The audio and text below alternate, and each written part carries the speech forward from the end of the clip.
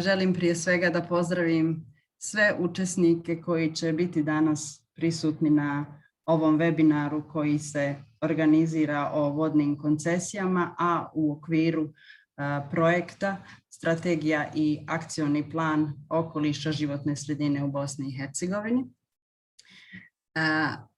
Nadam se da je, koliko vidim, dosta participanata već se uključilo, a da će se u narednom periodu. Želim prije svega da pozdravim prisutni na ovom webinaru koji se organizira o vodnim koncesijama, a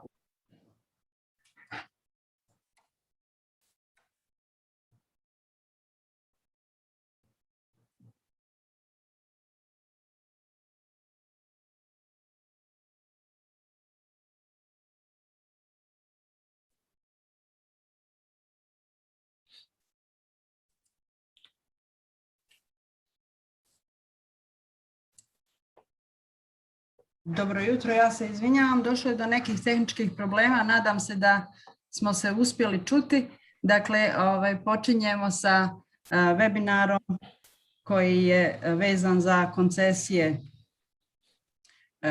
na vode u Bosni i Hercegovini, koji se organizira u okviru realizacije projekta Strategija i akcioni plan okoliša životne sredine u Bosni i Hercegovini. Ja pozdravljam sve prisutne participante i one koji će nam se eventualno priključiti u nekom narednom periodu. Za one sa kojima nismo imali priliku do sada da se sretnemo, ja bih predstavila sebe i kolegicu koji ćemo biti moderatori tokom ove sesije, ovog webinara. Dakle, ja sam Selma Čengić iz Instituta za hidrotehniku i kolegica Svjetlana Lolić sa Univerziteta u Banja Luci sa Prirodno-matematskog fakulteta. Mi radimo kao jedan dio tima koji realizira projekat Strategije i akcionih planova za okoliša za Bosnu i Hercegovinu, o čemu ćemo kasnije reći samo par uvodnih riječi. Pored nas, pored kolegice Svjetlane i mene, ovdje su prisutni naravno i kolege i finansijeri u stvari ovog projekta iz Štokholmskog instituta za okoliš, kao i naši eksperti koji će tokom ovog webinara u stvari biti panelisti i koji će nam govoriti o raznim iskustvima vezanim za koncesije na vode u zemljama Španiji, Švedskoj i Hrvatskoj. Dakle, naši panelisti su gospodin Peter Rudberg, gospodin Pedro Brufao i gospođa Alida Ban Pavlović. Ovom prilikom pozdravljam i njih kao i kolege iz Švedske. Obzirom da je webinar organiziran u okviru cjelokupnog projekta Strategija i akcioni plan okoliša i životne sredine, ja ću reći samo par riječi o samom projektu. Dakle, projekat je u stvari pripreme za ovaj projekat su počeli još sad već davne 2018. godine kada su vlade federacije, entitetske vlade i Brčkog distrikta u stvari zahtijevale, odnosno obratile se Švedskoj za pomoć da bi se počelo raditi na izradi ove strategije. Nakon toga je ambasada Švedske se obratila Švedskom institutu za okoliš u kojem ih je zamolila za izradu studije izvodljivosti i pripreme projektnog dokumenta za ovu strategiju. U 7. mjesecu 2019. godine, nakon pripremljenog dokumenta, sve vlade u Bosni i Hercegovini, svi nivoi u stvari su prihvatili dokument i praktično odobrili početak ovog projekta. I on je zvanično počeo u 9. mjesecu 2019. godine, a završetak ovog projekta se predviđa za 4. mjesec 2020. godine. Projekat Strategija akcioni plan okoliša životne sredine za Bosnu i Hercegovinu, to je dokument koji će u stvari obuhvatiti strategije i akcione planove za sve 4 jurisdikcije u Bosni i Hercegovini, znači za Federaciju Bosne i Hercegovine, Republiku Srpsku, Brčko distrikt i nivo Bosne i Hercegovine. Strategija će otprilike i najvjerovatnije trajati realizacija 32 mjeseca. Što se tiče realizatora, glavni realizatori su u stvari Štokholmski institut, headquarter Štokholmskog instituta za okoliš u Švedskoj i ured Štokholmskog okolišnog instituta u Talinu, zatim lokalni partneri i lokalni, odnosno vodeći stručnjaci.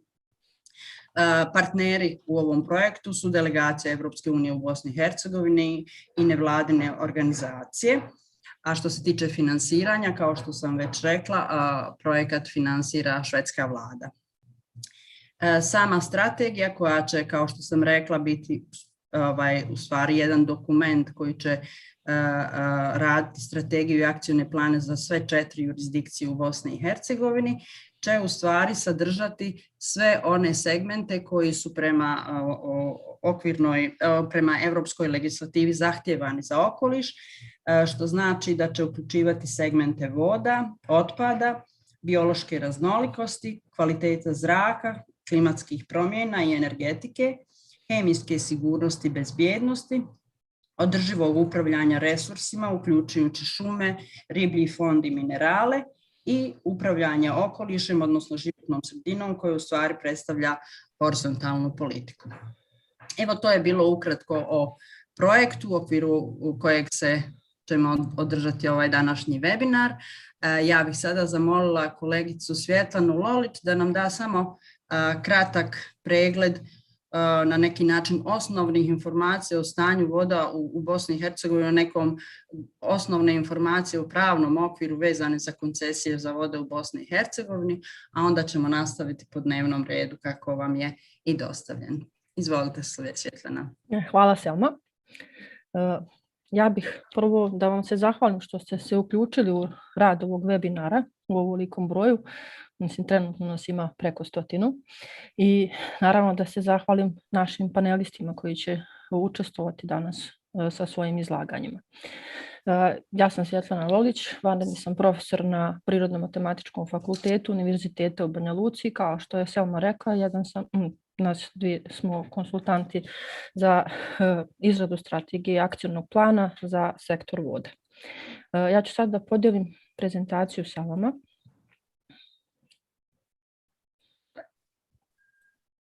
Nadam se da vidite. Selma, možete mi samo potvrditi da li se vidi? Vidimo, Svjetlana. Hvala. Kao što je Selma rekla, mi smo u izradi ovog strategije akcionog plana podijeljeni u 7 radnih grupa i mi smo članovi radne grupe za vode. Kakvo je stanje sa vodama u Bosni i Hercegovini? Ja sam više pristalica one stare da slika govori više nego 1000 riječi, da vas ne zatrpavam sa nekim statističkim podacima. Ovdje imamo kartu hidromorfološkog statusa rijeka u Bosni i Hercegovini, gdje su sa plavom bojom označene vode prve klase, odnosno vode najbolje kvaliteta, zatim zeleni su neznatno modifikovani i tako dalje. Najgora klasa je ova 5. klasa voda, odnosno ove vode koje su označene sa crvenom bojom.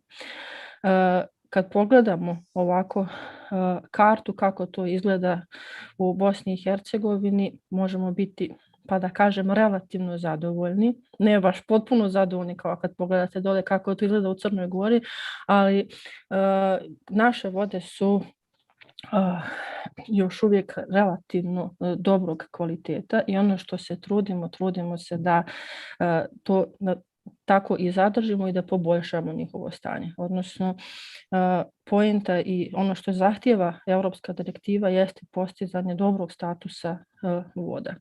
Kako je to stanje u nekim drugim državama, čisto da imamo predstavu koliko smo uopšte i bogati sa vodnim resursima i kako su naše vode još uvijek jako dobrog kvaliteta, samo kad pogledate kako je recimo stanje, pored je hidromorfološki status rijeka u Njemačkoj. Naravno, da bi to i ostalo tako,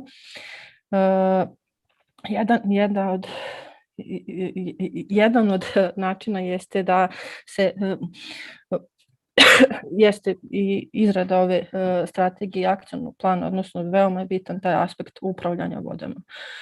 Vode su izrazito podložne različitim pritiscima, veoma izražene pritiski i na kvalitet voda i na kvantitet voda. Zatim imamo neadekvatan pravni institucionalni okvir za aproksimaciju legislativa Europske unije. Zatim, drugi problemi sa kojima se susrećemo jesu i neodrživo korištenje vodnih resursa, kao i u posljednje vrijeme smo svi svjedoci ovih ekstremnih hidroloških događaja, imali smo i poplave i suše i naravno jedan od osnovnih problema sa kojima se Bosna i Hercegovina generalno susreće jeste da jesu problemi finansijske prirode, odnosno sektor voda je, mislim, za održavanje sektora voda su potrebna jako velika finansijska sredstva. Mi kada smo razmišljali na koju temu ćemo uopšte da pravimo ovaj webinar, odlučili smo se da to budu koncesije. Zašto koncesije? Zato što je to, hajde da kažemo, možda i najškakljivije pitanje, odnosno pitanje oko kog ćemo vjerovatno u radu na radnim grupama imati najviše suprotstavljenih mišljenja. Znači imat ćemo s jedne strane neophodan privredni razvoj, za koji su bitne koncesije, a s druge strane imamo problematiku zaštite životne sredine, pošto se već na velikom broju primjera pokazalo da koncesije dovode do promjena u ekosistemu, naravno do negativnih promjena i da se dovode do narušavanja same životne sredine. Budući da je upravljanje vodama u skladu s Ustavom Bosne i Hercegovine u nadležnosti entiteta i u nadležnosti Vrčkog distrikta, što se tiče samih zakona o koncesijama, oni također postoje na sve 4 nivoa. Znači imamo zakone o koncesijama Bosne i Hercegovine, zatim posebno po entitetima Republike Srpske, Federacije Bosne i Hercegovine, zakon o koncesijama Vrčkog distrikta.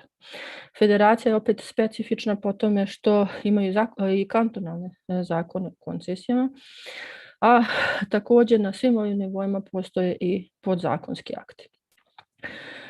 Na nivou BiH ja sam namjerno stavila ovdje za sve nivoe definiciju uopšte šta je koncesija, budući da se ni ta definicija koncesije nije jednaka u svim zakonima. Mislim, sve su to varijacije na temu, ali su pomalo različite. Znači, koncesija predstavlja pravo koje koncedent dodjeljuje u svrhu obezbeđivanja izgradnje infrastrukture i ili usluga te eksploatacije prirodnih resursa u rokovima i pod uslovima o kojima se koncedent i koncesionar govore. Na nivou BiH postoji komisija za koncesije BiH koja je zajednička komisija i ona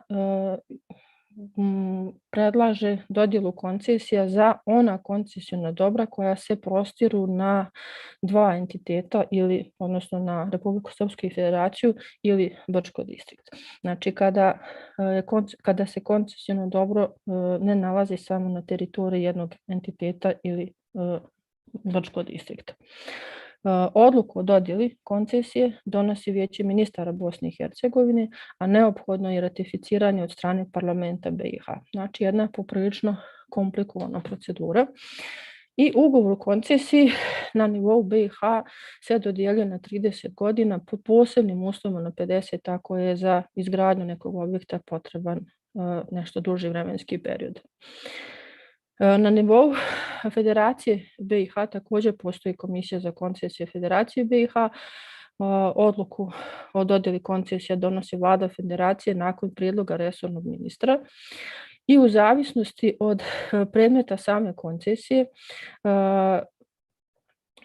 nadležnost o dodjeli koncesija može da bude na kantonalnom nivou i na nivou Federacije. Nadležnost na nivou kantona kada su recimo u pitanju vodni resursi je na primjer za male hidroelektrane koje su do 5 MW ili nadležnost na nivou federacije recimo za korištenje vodotoka i drugih voda na prostoru koje je od interesa za 2 ili više kantona, ili za izgradnju hidroakumulacija koje su na prostoru od interesa za 2 ili više kantona, ili za izgradnju malih hidrocentrala koje su veće kapaciteta. I ovdje se koncesija dodjeljuje na 30 godina i također pod posebnim uslovima za 50. Na nivou Brčkog distrikta također postoji komisija za koncesije Brčkog distrikta. Odjeljenje u čijoj nadležnosti predmet koncesije podnosi prijedlog na odobravanje gradonačelniku, a gradonačelnik donosi konačnu odluku o dodjeli koncesije i dostavlja je Skupštini Brčkog distrikta na saglasnost. Ugovor o koncesiji i ovdje traje 30 godina. U Republici Srpskoj koncesije, recimo ugovor o koncesiji se dodjeljuje na 50 godina, znači ovdje je ugovor o koncesijama nešto duži. Komisija za koncesije Republike Srpske daje na prijedlog, a konačnu odluku o dodjeli koncesija donosi Vlada Republike Srpske.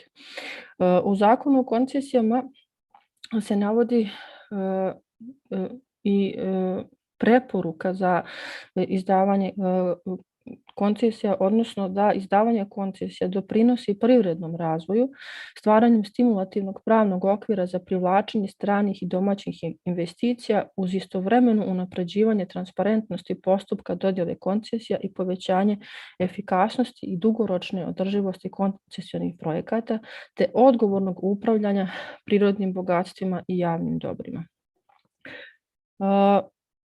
Trenutno u registru koncesija na stranici Komisije za koncesije se vidi da je izdato 328 koncesija, od kojih najveći broj se odnosi na eksploataciju tehničkog građevinskog kamena, druge po brojnosti su koncesije za korištenje poljoprivrednog zemljišta, a koncesije za eksploataciju vode su na 3. mjestu po brojnosti. Budući da mi ovdje pričamo o sektoru voda, izdvojila sam i podatak za male hidrocentrale, odnosno iz 2018. su se nalazile 28 malih hidrocentrala u sistemu podsticaja, a bilo je potpisano još 138 ugovora o koncesiji za male hidrocentrale u Republici Srpskoj, a na nivou čitave Bosne i Hercegovine taj broj iznosi preko 400. U svim zakonima o koncesijama su definisani predmeti šta se može biti predmet koncesije, odnosno malo se ti predmeti razlikuju u Federaciji Republike Srpskoj. Kada su vode u pitanju, to je uglavnom znači izgradnja, dogradnja, korištenje plovnih kanala i luka, korištenje vodotoka i drugih voda, izgradnja hidroenergetskih objekata, izgradnja i korištenje hidroakumulacija, lovstvo i ribolov, korištenje termalnih i mineralnih voda, hidromelioracioni sistemi, sistemi za vađenje materijala iz vodotoka i tako dalje, odnosno vode koje se koriste za tehnološki proces u obavljanju privrednih djelatnosti, da ne nabrajamo sve. Koncesije se dodjeljuju na taj način što se raspiše tender ili javni poziv ili eventualno mogu da se podnesi inicijativa zainteresovanog lica za dodjelu koncesije. Svjedoci smo u posljednje vrijeme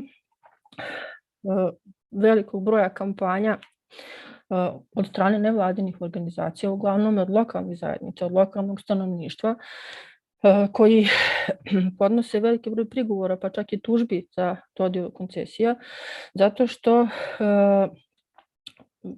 pri dodjeli koncesija treba da se ispoštuje racionalno korištenje prirodnog bogatstva i dobra u opštoj upotrebi, kao i da se vodi računa o zaštiti i unapređivanju životne sredine u skladu sa propisima o zaštiti životne sredine.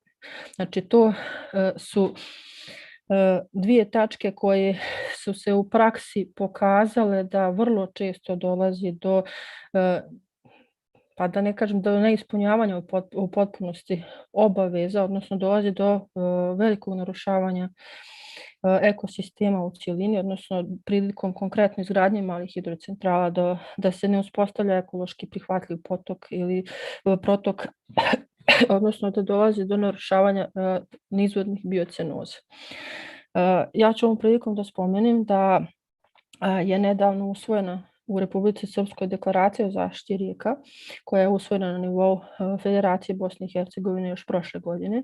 I zaista ovom prilikom, kada smo svi tu, želim da čestitam predstavnicima nevladinih organizacija koji su pokretač ove deklaracije. I ovom deklaracijom se zahtjeva da se zaustavi dodjeljivanje novih koncesija na izgradnje malih hidrocentrala dok se ne preispitaju da li već dodijeljene koncesije funkcionišu na način na koji bi trebalo funkcionišu, odnosno da se preispita utjecaj već malih izgrađenih hidrocentrala.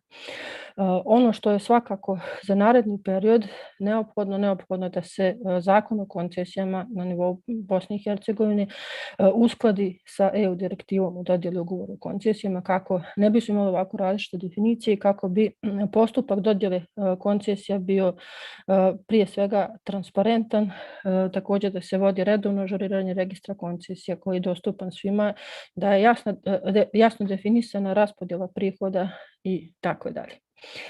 Pa ja bih toliko samo, pošto već probijamo sa vremenom, što se tiče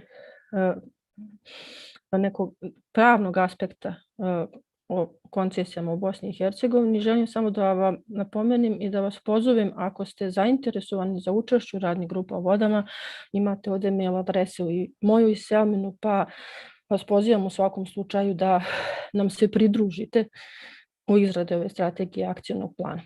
Hvala vam. Selma?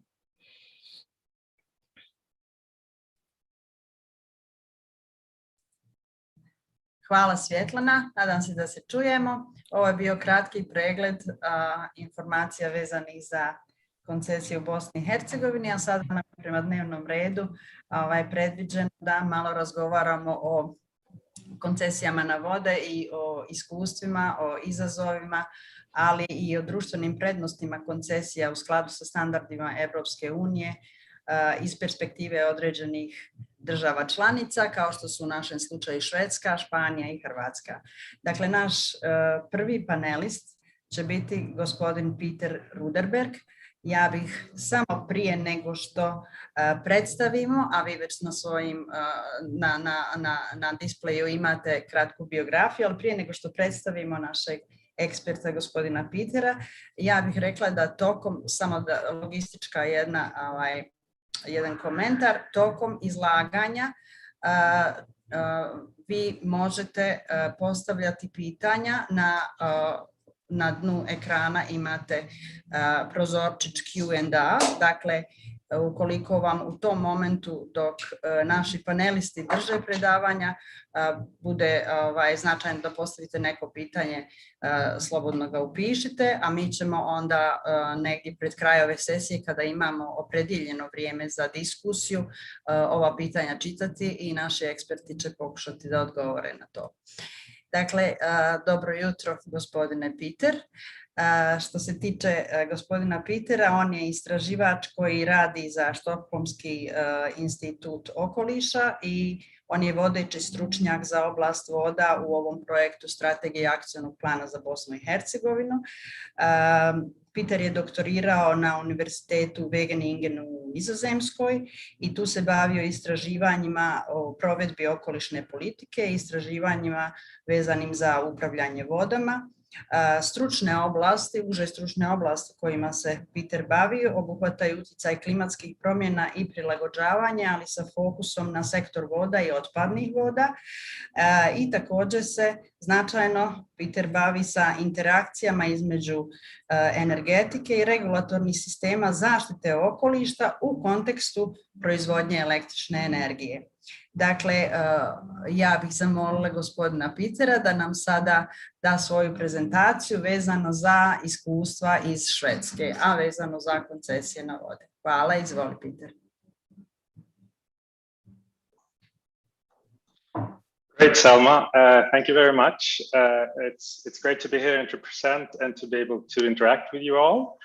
And I'm also looking forward to the panel discussion and receiving your questions and being able to explore some of the issues that might be more of interest to you. So we can change the slide, please. So when we talk about water concession, it really goes to the heart of this societal question of what to do with our common water resources. And basically, I mean, as we heard from Svetlana as well, the water concession grants an actor the right to use and modify a public resource. And many times when there's a decision to grant a water concession or not, the economic benefits for the actor are usually tangible and easy to calculate. So it could be, for example, if we're talking about irrigation for agriculture, it's relatively easy to calculate how it would be increases in sales and also the quality of agricultural products if you were able to irrigate. Or if we're talking about electricity production with hydropower, there is a market for electricity, and you could calculate how much electricity you would produce in a hydropower station. And you could make some estimates which would be relatively accurate. When it comes to environmental, accumulative, third party, and public impacts, it's much harder to assess or even know what they're going to be. And it's even harder to monetize them because there's usually not a market for these types of services. So that's an intrinsic challenge that we have when we have to think about what to do with the water resources if we're going to grant a concession for different uses or not. And it's important because basically one use of water can be very incompatible with another. So we're talking about, what are the costs and benefits? It doesn't have to be in euros, but thinking about what we need and want as a society. And we can switch slides, please. So this is an example of Vindelälven in the north of Sweden, which is a nationally protected river where there's virtually no new water concessions that are granted and none that have been granted. And as you can see, this is a scenic landscape. You have high environmental values, as well as good possibilities for tourism and fishing and hiking. But of course, you could have, exploited this river for hydropower, for example, which is one of the big things we do in Sweden. And can we change the slide again, please?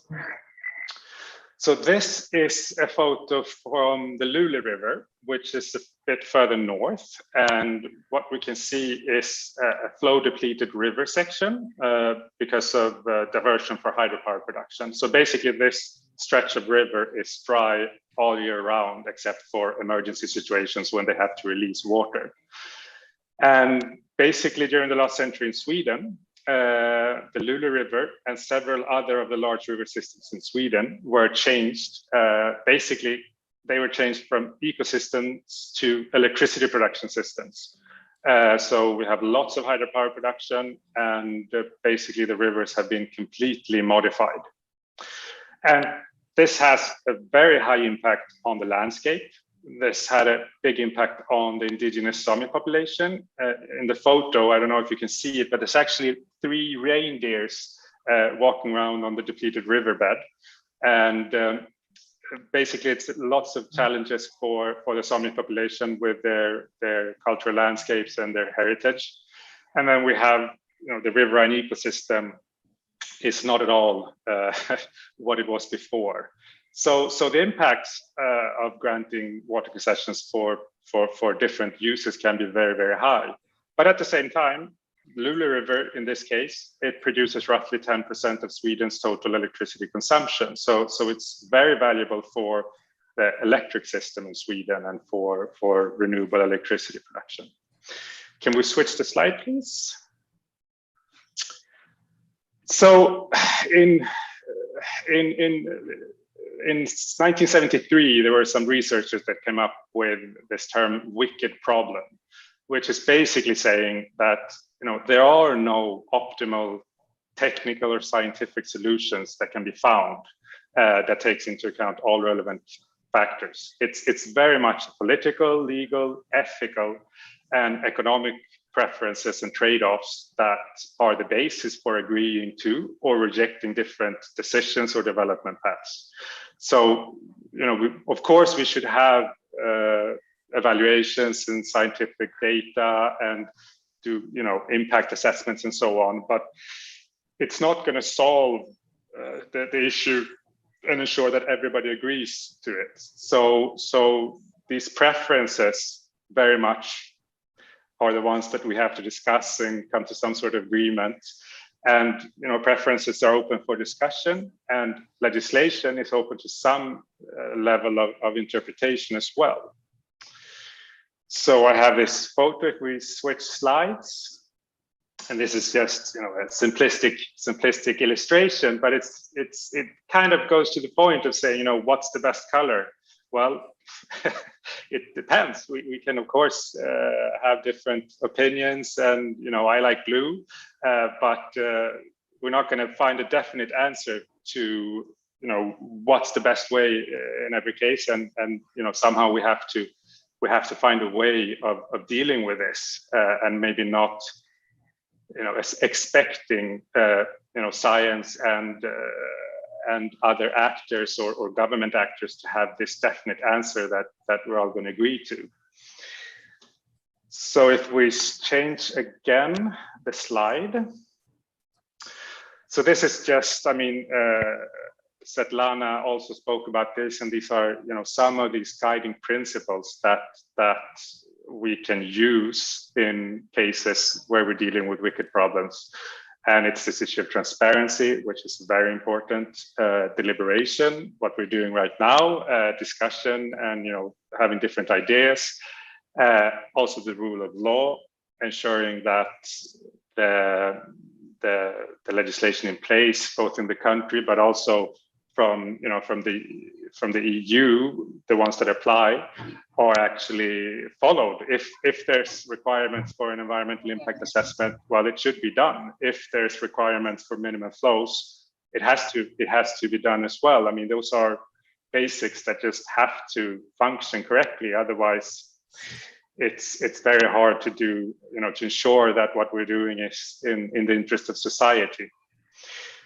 And then I think another issue with water concessions, which I think Svetlana also mentioned, it's already the case in Bosnia and Herzegovina, is this issue of time limitation and being able to adjust. And this is also very much related to the difficulty of knowing what the cumulative effects will be, what the unknowns are out there, because it's very hard to know exactly what's going to happen if you start taking out water or putting dams in places. So you have these unforeseen impacts, you have accumulative effects, and then all of us have to deal with climate change. And that is making it much more difficult to know what's going to happen and how, what we need to do. What we're used to from historically is it's not correct anymore for the future. So we can't look back, 100 years or 60 years and say, this is how this river, or this is how much water we've had traditionally, so we can project towards the future and know that's going to be the case. It's not going to be that case. It's going to be different, and we need to adjust to that. And then one issue that I push for a lot, and I think, we're talking about environmental strategy here. So strategic planning is, I think, very important at this case, and I'll come back to that. And then I think also this principle of placing the burden of proof on the actor seeking a water concession is also very, very important. So the three last ones, so particularly strategic planning and placing the burden of proof on the actor seeking a water concession. I'm going to come back to that later in the presentation and give examples from Sweden, and I'm also giving one example from the US. So if we can move on, please.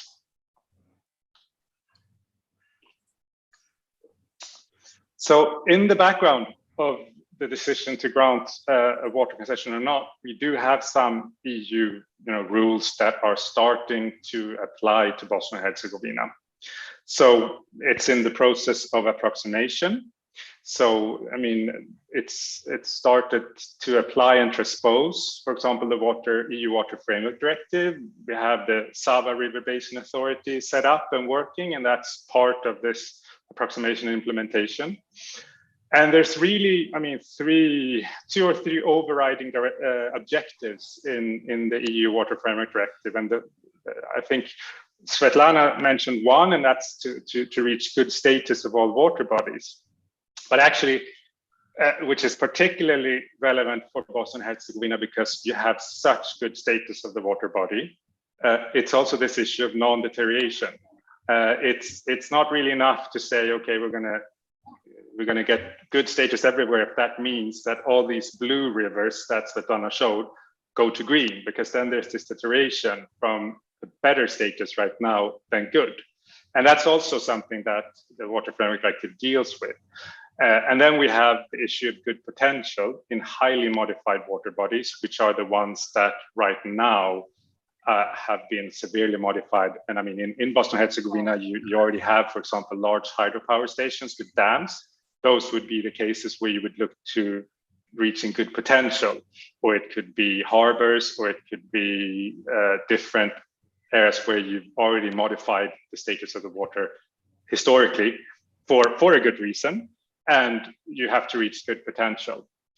So it is possible with exemptions, but they have to be very well detailed and justified. And it's really this issue of, do the societal objectives overrule? Is it so important and valuable to modify the water? We get so much benefits as a society that then, if we can show that, and if it's well detailed and justified, then it is possible. There are cases. There's been cases in for example, Austria, where the Commission actually tried, and the court tried. It was a hydropower development project, and in the end they said, okay, well, it was well justified in this case, and it was renewable electricity production and so on. So it's not impossible, but it has to be very well detailed and justified. And more lately, it's this issue of do no significant harm, which has come up and is becoming a very important issue in the EU. And we have, for example, the Recovery and Resilience Facility Regulation, which is, if you know, all these with the COVID, it's all this money that the EU is ensuring to deliver to EU member states that have been hit to improve the economy and to restart the economy.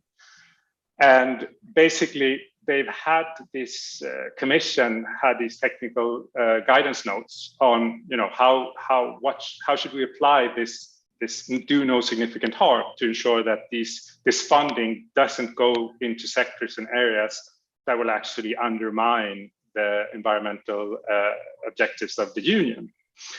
And basically, they specifically, I mean, we're talking a lot about hydropower. So I know that's one of the big issues here, but they actually, in these technical guidance notes, they do actually say that, for example, if, I'm reading from the text, and it says, an activity is considered to do significant harm to the protection and restoration of biodiversity in ecosystems if it is significantly detrimental to the good condition and resilience of ecosystems, and detrimental to the conservation status of habitats and species, including those of Union interest.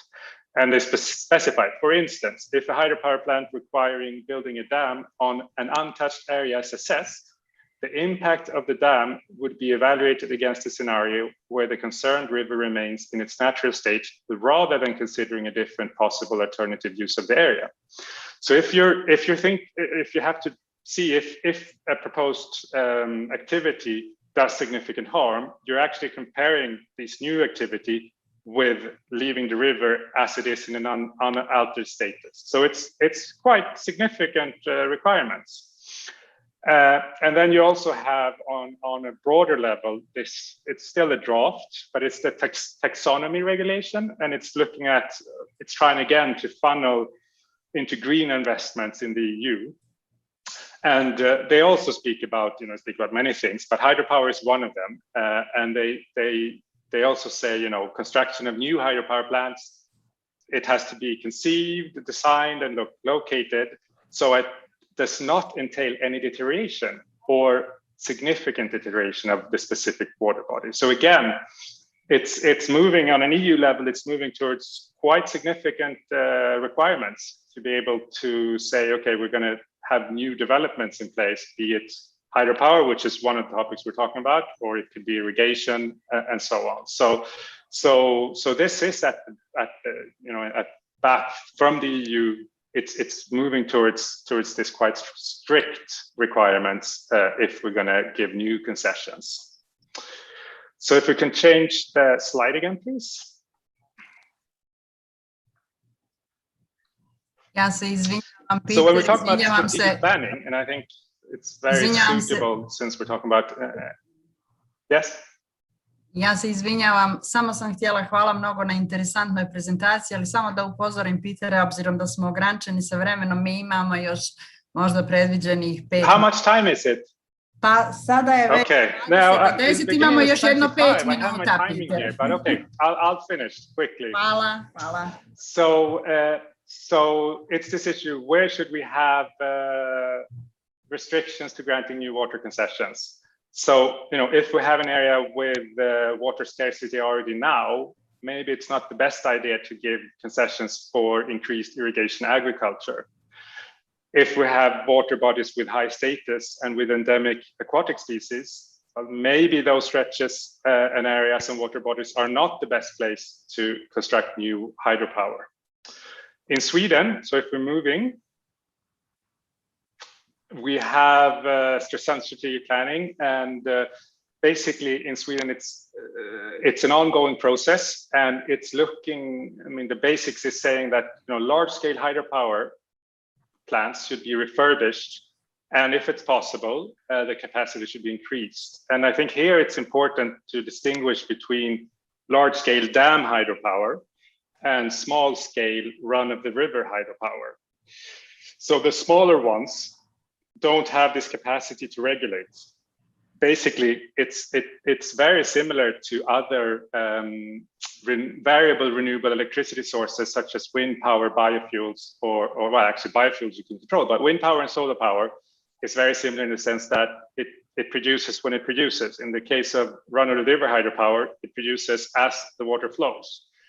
With large-scale dam hydropower, which has a bigger impact, but you also have this capacity of actually regulating the production in accordance to the needs of electricity consumption, because that's changing all the time.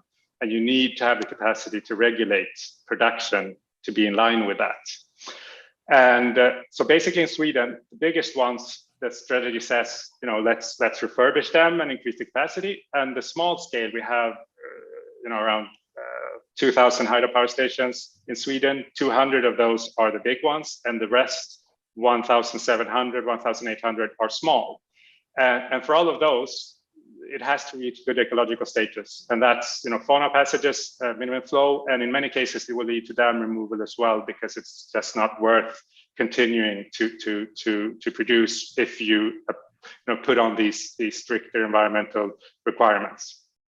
So there's virtually no new hydropower plants, and we have these national no-go zones. For example, Vindelälven, which was the example I gave before. So if we change the slide.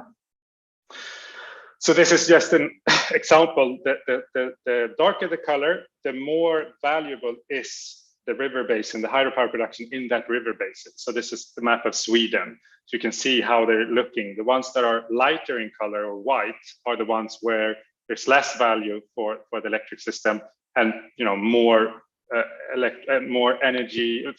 environmental measures would be required in those areas. If we switch the slide again, so this is just the time scales. So it's over the next 20 years. The bluer the color, the closer in time all the hydropower stations in that area are going to be tried, and it goes to court of law and so on. On the more reddish colors are later. That's towards the end of the 2030s. But it's an example, and it's a big process going on in Sweden right now, and where it's we can discuss if the strategy is correct, or if if it should be more or less of something. But at least it's this way of thinking, which I think is positive. And if we switch, so this is placing the burden of proof on the actor seeking a water concession. And basically, it's just this issue that, we have environmental impact assessment and strategic environmental assessment directives that apply to particularly new energy developments in the country. And it's this issue that, well, actually in those studies, potentially affected stakeholders should have a possibility to ask for reasonable studies and explorations. And if we find that, it's maybe not the best decision, of course, it should be an acceptable option not to grant a concession in a particular area, even though we've started working towards that.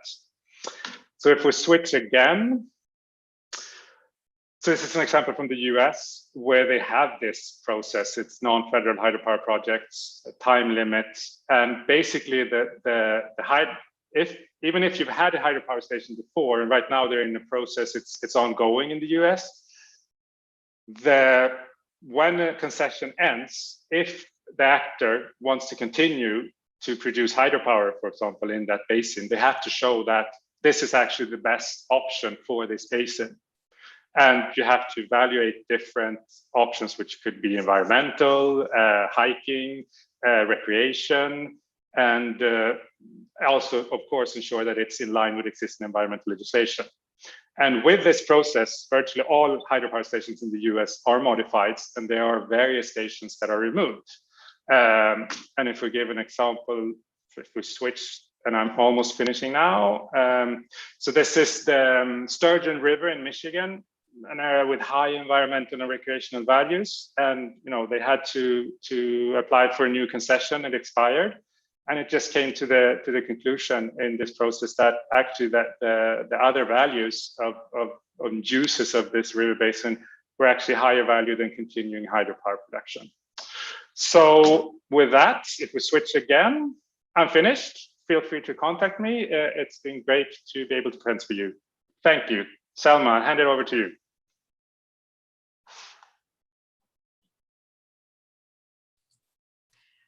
Peter, hvala velika na vrlo interesantnoj prezentaciji. Već imamo pitanja u našem boksu, što ćemo ostaviti za period diskusije, pa ćemo te zamoliti da nam odgovoriš i da nam pružiš određene informacije koje ćeš biti u stanju. Naša druga prezentacija, odnosno drugi panelist koji će sada dati svoju prezentaciju je gospođa Alida Ban Pavlović. Gospođa Alida Ban Pavlović je stručnjakinja iz Hrvatske. Ona ima preko 20 godina iskustva na brojnim projektima u procesu usklađivanja sa propisima Europske unije. Radila je na projektima koji su se realizirali i u Europskoj uniji, ali i u državama regiona kao što su Srbija, Crna Gora, Bosna i Hercegovina i Armenija. Kao pravni stručnjak bila je uključena u projekte koji su bili vezani za ispunjavanje zahtjeva usklađenosti zakona Hrvatske sa propisima Europske unije, tako da su to bili u stvari CARDS projekti, strategije za usklađivanje propisa u oblasti okoliša i podrška procesu prijema u članstvo država sa kandidatskim statusom. Gospođa Alida od 2012. godine je ključni viši pravni stručnjak na dugoročnom projektu Europske zajednice, okvirni ugovor za provjeru usklađenosti, a u maju 2019. godine je imenovana za voditeljicu odjela za okolišno pravo, politiku i ekonomiju u firmi Oikon.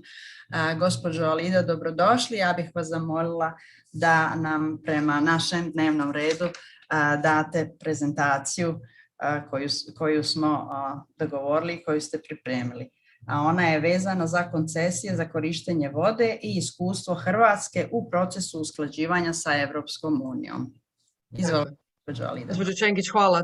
Dobar dan svima sudionicima. Hvala vama na lijepom predstavljanju i hvala svim panelistima i profesorici Lolić i misteru Peteru Rudbergu na vrlo interesantnim informacijama na koje ću se u stvari vrlo rado nadovezati u svojoj prezentaciji. Mikrofon nije uključen kod gospođe Alide.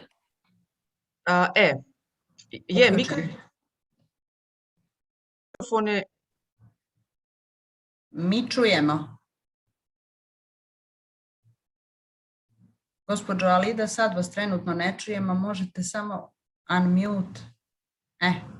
Sada, dobar dan, svima čujemo se? Čujemo se, hvala. Ja se ispričavam, ja predlažem da ja ugasim kameru, evo pozdrav ovako svima, ali imam stvarno nestabilnu vezu i bit će puno bolje ako nemamo video. Da li se slaže organizator? Hvala lijepo. Izvolite. Tako, znači evo da ponovim ukoliko me niste čuli u prvom dijelu, gospođo Čengić, hvala na lijepom predstavljanju uvodnom. Zahvaljujem mojim prethodnim panelistima, profesorici Lolić i Peteru Rudbergu, na vrlo bitnim stvarima koji su već potencirali oko problema koncesije i voda i zaštite voda s tim u svezi, na koje ću se ja vrlo rado nadostaviti isto u ovoj mojoj kratkoj prezentaciji. Hvala mislim, moja prezentacija je dosta tehnički i nomotehnički kompleksna, ima puno slajdova, pa mislim da neće biti vremena za proći sve, ali evo ja ću vas zamoliti da protrčemo kroz to. Ja bi se možda htjela bih podijeliti neke informacije koje možda nisu nužno na svim ovim slajdovima. Kao dugogodišnji stručnjak usklađivanja nacionalnih propisa sa propisima Europske unije, ovo je prvi point koji je važno reći, koji je bio bitan za Hrvatsku, a pretpostavljam da je slično bitan i za Bosnu. Znači, naše države imaju dugogodišnje, da ne kažem stoljetne već, tradicije zaštite voda, za razliku od možda nekakvih drugih zemalja EU članica, nekakvih novih generacija, koje su možda nekakve prve svoje zakone o vodama tek donosile u 90. godinama i postavljali tada svoje prve institucije, tu pritom mislim na one nekakve baltičke tigrove, na Estoniju, pa čak i Rumunjska i Bugarska koje su već EU članice i ušle puno prije nas, a slično zakonodavstvo nisu imali. U tom kontekstu Hrvatska je prošla jako težak period transpozicije, znači usklađivanje svojih već postojećih hrvatskih propisa i institucija, prilagođavajući ih novim zahtjevima Europske unije, ali o tome ću nešto malo detaljnije podijeliti nekakve konkretne momente kasnije s vama. Dakle, ono što je bitno da danas sukladno Ustavu Republike Hrvatske voda je u prirodi dobro od interesa za Republiku Hrvatsku koja uživa njenu posebnu zaštitu i načine na koje se voda u Hrvatskoj može upotrebljavati, iskorištavati, ali ograničenja tih prava naravno određeni su zakonom. Možemo dalje, molim vas. Znači, imamo mi naravno to pravo na opće korištenje voda, gdje je priznato da je svakom dopušteno korištenje voda za osobne potrebe na način i na količinama normalno koji ne isključuju druge od istog takvog korištenja i ograničeno je samo na zahvaćanje površinskih i podzemnih voda iz tog prvog vodonosnog sloja. Možda treba spomenuti ovdje i rezoluciju Europskog parlamenta iz 2015. godine, Right to Water, koja je izglasana i njenom proglašenjem je pravo na vodu i na sanitaciju proglašeno kao isto tako osnovno ljudsko pravo.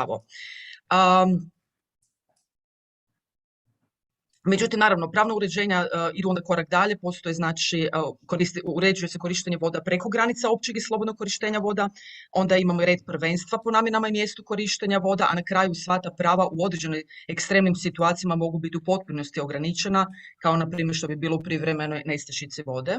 Možemo dalje, hvala. I sada naravno dva osnovna zakona koja su u Hrvatskoj relevantna u ovom području, to je Zakon o vodama i onda lex specialis, a ukoliko nekakve odredbe nisu određene u Zakonu o vodama, onda će biti relevantan Zakon o koncesijama kao lex generalis. Ne čujete me, vidim neki panelisti se žale. Ponekad ima prekide, ali mislim da generalno... Čuje se generalno. Vi me čujete, dobro, hvala. Da. Kao što vidite po brojevima iz narodnih novina, to su relativno noviji zakoni, odnosno u biti super novi, znači Zakon o vodama je iz 2019. usvojen i opet dopunjen naravno od 2020. I imamo posebnu uredbu o korištenju voda. Ono što bi ja htjela podijeliti malo ovdje, a velim nije na slajdu, je bio taj postupak usklađivanja koji je bio dosta naporan za Hrvatsku. Znači imali smo problem da možda međusektorska suradnja nije bila dovoljno kvalitetna i dovoljno intenzivna. Kao što znate, i sami vode spadaju, obično se dijele između sektora zaštite okoliša, zatim sektora za vode koje je ili u ministarstvu ili kod nas je dosta jaka ta Hrvatska agencija za zaštitu voda. I pa se mora još i horizontalna koordinacija odraditi u odnosu na druge direktive koje nisu samo vodne, kao što je Inspire, Habitats, Birds, procjene utjecaja i strateški procjene utjecaja okoliš. I mi smo se iskreno tu malo pogubili u tom procesu i Hrvatska se jako iscrpila u postupku transpozicije, gdje smo stalno u stvari krpali rupe, radili taj klasičan takozvani patchwork transpoziciju, a možda danas kada bi se vratili u to vrijeme možda bilo pametnije da smo nekako sjeli zajedno kao međusektorski interresursni tim i otvorili običan Word dokument i pisali sve iz početka. Istovremeno dok smo se iscrpljivali financijski i sa ljudstvom, naravno sa svim tim ministarstvima u procesu transpozicije, nismo dovoljno kvalitetno se usmjerili na uspostavu i unapređenja instrumenata, pa smo onda vrlo brzo se našli u situaciji da su nam propisi, ajmo reći, usklađeni, dovoljno dobro usklađeni, ali da institucije ne mogu provoditi vrlo zahtjevne i skupe direktive. Kao što znate sami, recimo u tom opusu EU vodnih direktiva, direktiva za pitku vodu i naročito ova za pročišćavanje komunalnih voda su izuzetno skupe i mi smo tu, kako bi se reklo, možda čak malo i polomili zube, i financijski, organizacijski, pa institucionalno, naročito po stručnim kapaciteta. I ja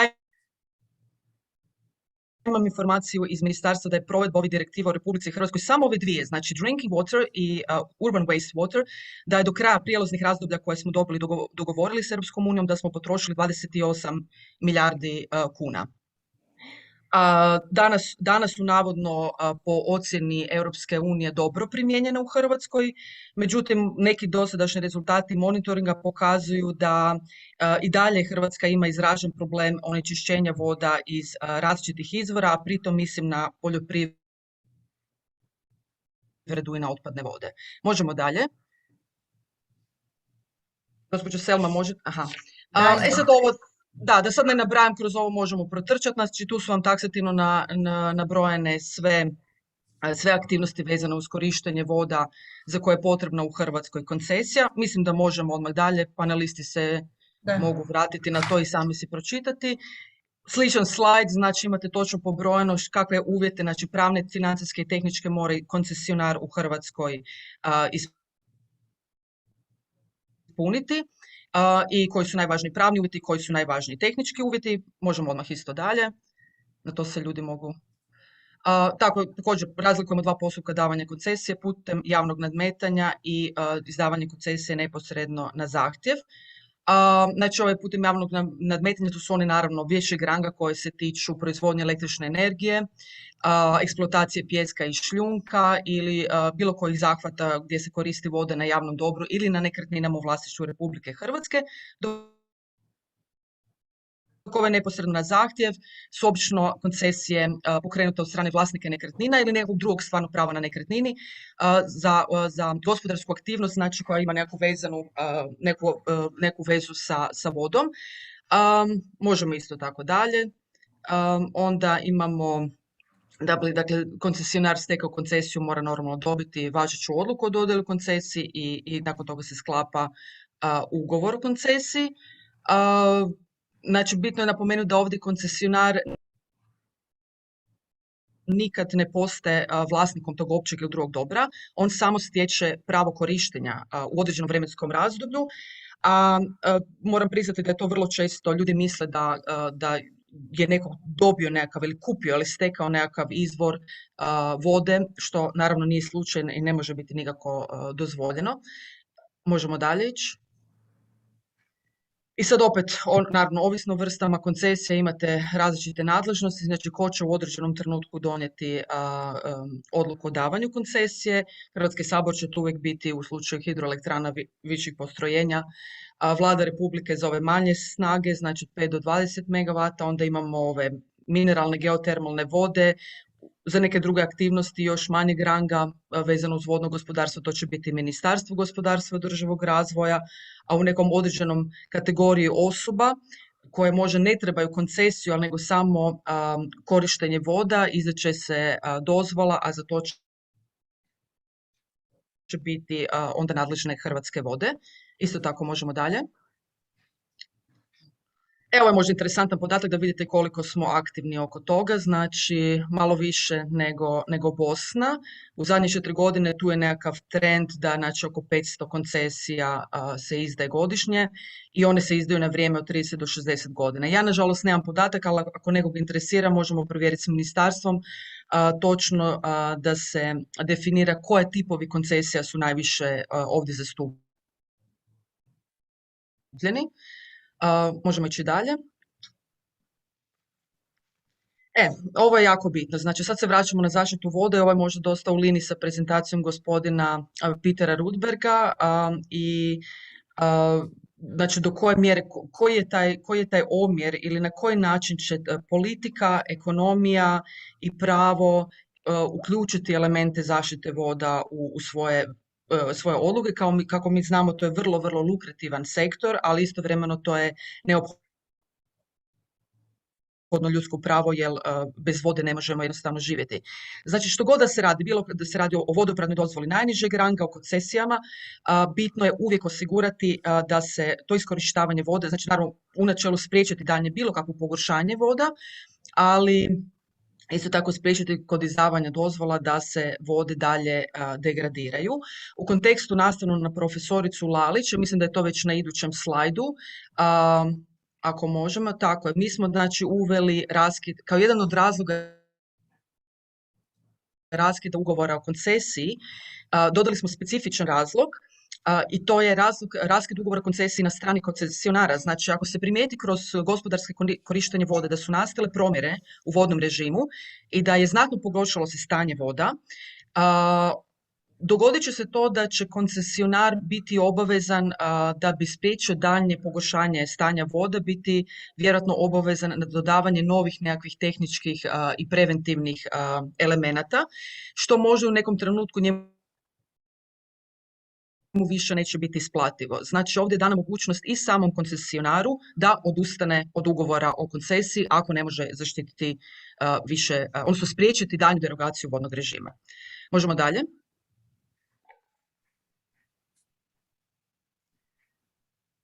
Da, ovo je sad načelno nekakva preporuka vezano uz postojeće dozvole i znači što je sve potrebno napraviti u skladu sa okvirnom direktivom o vodama. Ja bi se sad tu načelno samo vratila opet na taj postupak transpozicije. Znači, jako je bitno da ne samo okvirna direktiva o vodama, znači evo profesor Salović je spomenula i direktivu o dodjeli koncesijskih ugovora iz 2014. godine. Znači, proces je vrlo kompleksan, sve te direktive treba uzeti u obzir i moj savjet bi najtopliji bio znači da jednostavno za početak krenete od definicija koje moraju stvarno biti harmonizirane i doslovce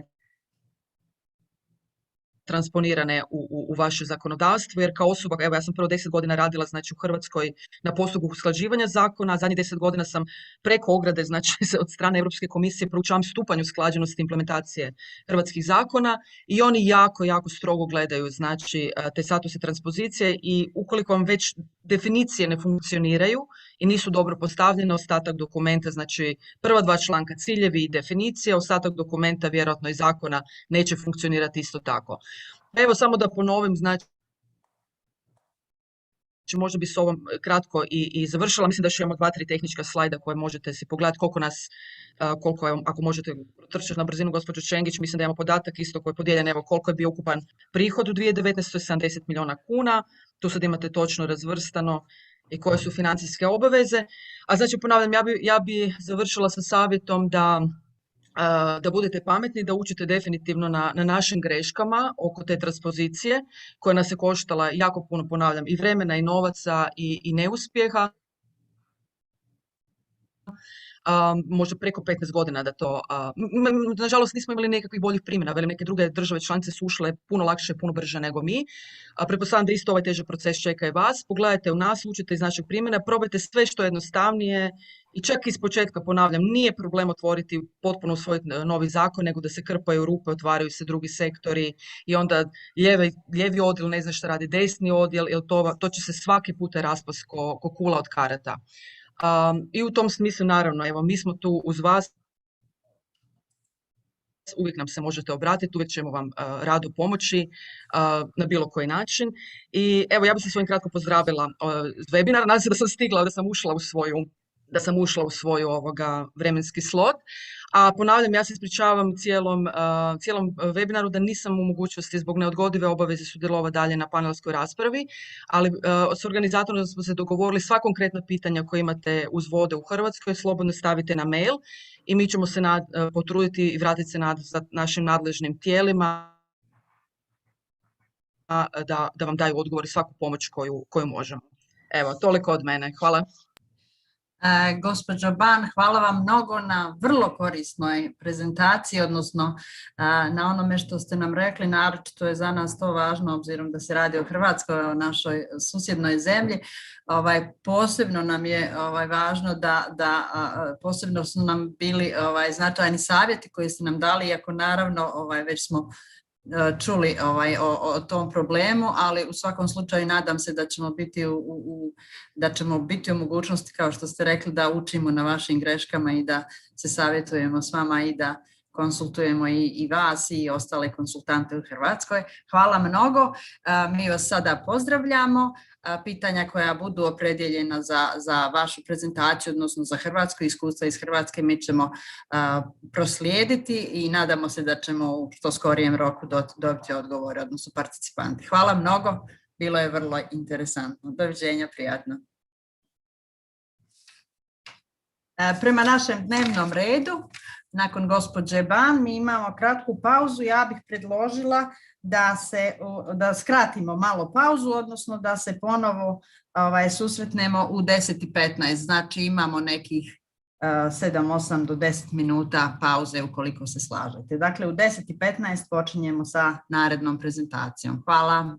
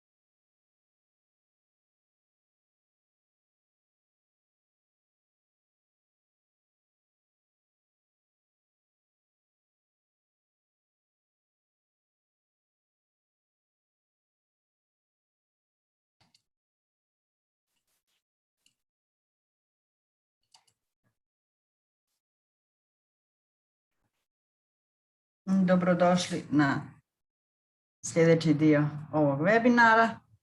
Nadam se da ste u ovih 50 minuta imali vremena da obavite ono što je bilo potrebno i neophodno. Naša sljedeća prezentacija i naš sljedeći panelist govorit će nam o iskustvima u Španiji, odnosno o pravnom poretku i provedbama koncesija za korištenje vode u Španiji. Ovo će, pretpostavljam, biti vrlo interesantno, obzirom da je Španija na neki način lider u upravljanju vodama na nivou riječnog bazena, a vjerovatno i po broju koncesija i vrstama koje su dodijeljene.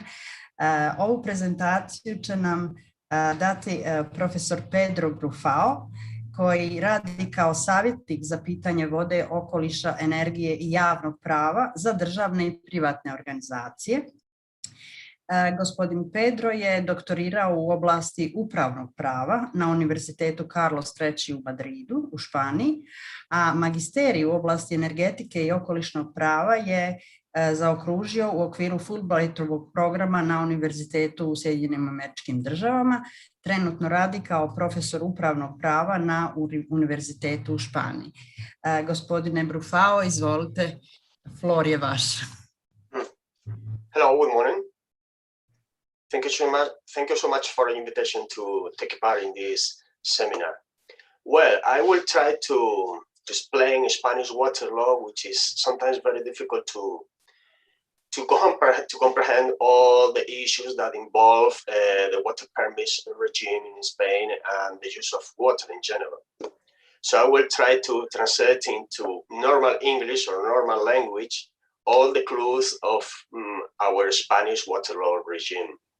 Well, as you can see in the second slide, there are a handful of water regimes in Spain because of the historic point of view of the development of water law in my country. For example, if we could say perhaps 70 or 75% of the Spanish current water law regime comes from Roman law, which is very important to take in account because there are private issues that we have to handle every day.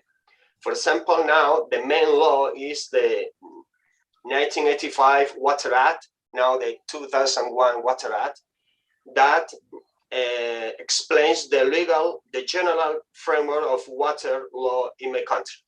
Besides, we've got also civil rules and historic water rights rules, for example. Now we have to use historic water rights rules dating back to Middle Age to comprehend current irrigations right in my country. That's a clue that sometimes people forget, but it's very, very important to get a clue to the current situations in Spain. Also, we've got a very hard influence of the administrative point of view. The main example is the 2001 Hydrological Plan Act, which in a kind of general overview of the use of water in my country, try to comprehend all the water use and the current situation in terms of hydrological issues, environmental issues, consumption, urban development, industrial uses of water, and so on and so forth, which is sometimes a kind of illusions because it's so difficult to comprehend and to abide by the law, including all the general uses of water in Spain, because we've got thousands of water uses in my country along all the basins in Spain, which are sometimes very difficult to include in just one act. And in relation to this Hydrological Plan Act of 20 years ago, we've got a bunch of royal decrees which developed all these plans. And now, as we have seen already, We've got Water Framework Directive and others directed, pollution, floods, fishing, air, and so on and so forth. And we've got another restriction of uses because we share almost all the bases with Portugal, and we have assigned a bilateral agreement with Portugal called the Albufeira Convention, which is mainly an international treaty in relation to hydropower use of the River Tagus, the River Minho, the Guadiana, and the Douro Basin's rivers. It's a treaty aiming at dividing the hydropower use at the border of Portugal and Spain. And we also have the Habitat Directive and sometimes fishing acts that have a great influence of water uses, mainly hydropower. Then the next slide, the number 4 slide, I point here that generally fresh water is public. Fresh water is public. This is the main issue of the current water law regime in Spain, but sometimes forgets the historical use, which present water law as a private one. For example, you can see here in the slide number 4, this is a sign by the road, that road at the left, which says it's the image of a legal issue held at the Supreme Court 20 years ago that declares all this land, which was a wetland in the Guadiana River Basin, which declared this patch of land, this round patch of land, you can see there irrigated in the summer, as a public property. But the owner, the former owner, insists on the private property of this tract of land. As you can see, it's quite weird to see by the road a sign like property register inclusion of some hectares of land. Properties 100% private by this called evangelist company, agriculture company. Sometimes it's quite difficult to know, just to have a hint of the legal regime of every tract of land, of every water use in Spain. In the next slide, number 5, we can see also the main problems of the use of water law under the water law regime in my country, because 80% of the water is used for agricultural purposes, and sometimes illegal. It's not very rare to have and to face illegal water use for agricultural purposes in my country. Then we have the problem of transitory provisions in water law permits. And now we've got another problem, because all the concessions granted perhaps 100 years ago, 150 years ago, are now coming to an end. And we will see what is the destiny of these concessions coming to an end. And this problem is not faced by the private water holders of water issues in my country, because when we see that private water is still under the property of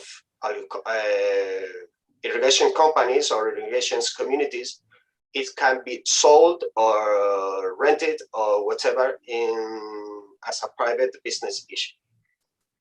Then we can see the main problem of illegal uses in my country. As you can see in the photograph, in the left photograph, there are thousands of hectares illegally irrigated in my country. This is the image of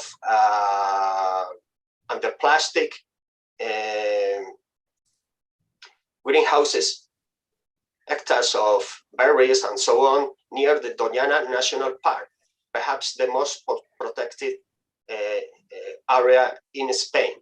Also in the Miel, in the very center of my country, the southeast, and of course along the Mediterranean seashore with thousands and thousands of illegal wells.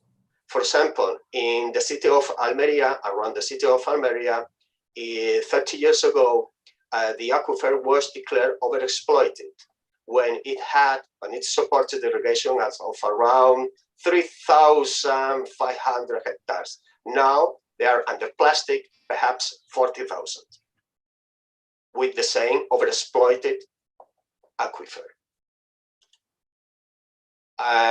In relation to public water use, we've got another separation of regimes. All the use under 7,000 cubic meters per year is free and without permission. Over that amount of water per year, we need a water concession that belongs to the holder, and it can be registered in the registro de la propiedad, property registers in my country. I can be used a private asset for a mortgage or whatever, or to hold a credit from a bank or another private use. We've got another limit. Water permit holder must be the owners of the land. This is a very important issue that restricts the use of water in the country, because there is no more important restriction of the use of water in my country than being the owners of the land, which is a limit to the commercial use of water. Of course, we've got hydropower and other industrial use, water permit and concession, which is much more restricted, perhaps up to 75 years, or currently 50 years and so on. And now we face the closing down of nuclear power and coal power plants and paper mills plants and other industrial uses. They are coming to an end, and now we've got a problem about the uses of those tract of land, of those urban planning around the rivers in Spain. In the 8th slide, we've got a general 75-year period use granted by the water bodies in Spain. But now there are hundreds, perhaps we don't know the exact amount of hydropower permits. They are coming to an end, or they have already expired nowadays. As you can see in the left photograph, this is near Seville, the city of Seville, the Guadalquivir River. There is a huge hydropower plant, and perhaps this plant will have to be removed after the end of the period granted by the water permits in the 30s of the 20th century. And what is the first solution given by the law? Demolition. Tearing down a dam is now becoming not very often, but not very rare. For example, we can see here the demolition, the demolition taken in perhaps 2 years ago or 3 years ago of a dam near the border of Portugal. It's the first legal option. We've got another problem with the hydropower dams. Perhaps the state or the regional government can hand it over this exploitation for hydropower purposes to another company in an auction. And we've got another problem with water bodies and the law, because they are very bureaucratic bodies. They lack staff, they lack budget, they lack perhaps an environmental point of view in the day-by-day work, and perhaps within a reform of this water body aiming at the general fulfillment of the Water Framework Directive have all the ecological requirements placed by the Habitat Directive. They are poorly financed, they have inadequate budgets, lack of staff, as I said before, and a very low level of water taxation. We can, on the contrary, be understood that hidden subsidies, mainly for agriculture and energy uses.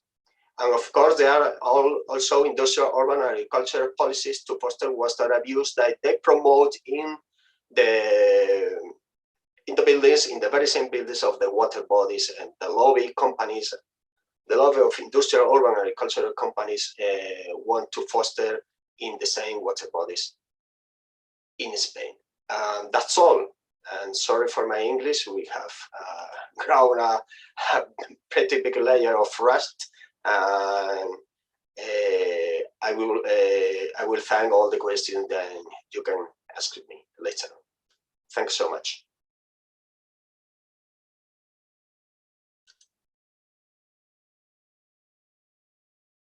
That's all. Hvala mnogo, gospodine profesore Brufao. Pažljivo smo saslušali vašu prezentaciju i bila je vrlo interesantna obzirom na, nažalost, na probleme, konkretne probleme koje ste nam pokazali da se, sa kojim se suočava i Španija, koja je već dugo članica Europske unije. Ali eto, kao što je govorila i gospođa Ban, mi imamo priliku da učimo na greškama zemalja koje su već u Europskoj uniji, pa se nadam da ćemo moći iskoristiti neka iskustva koja ste nam vi prenijeli i u ovoj prezentaciji. Što se tiče našeg dnevnog reda, mi sada u stvari imamo prostor za diskusiju.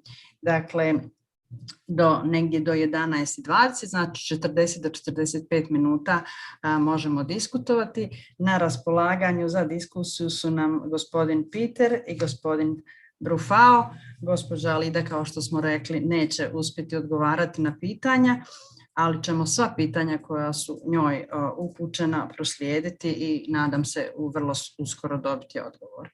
Dakle, ja bih predložila da krenemo odmah sa ovim našim dijelom panel diskusije, sa pitanjima i sa odgovorima. Koliko vidim, u ovom momentu imamo 15 postavljenih pitanja, odnosno 16.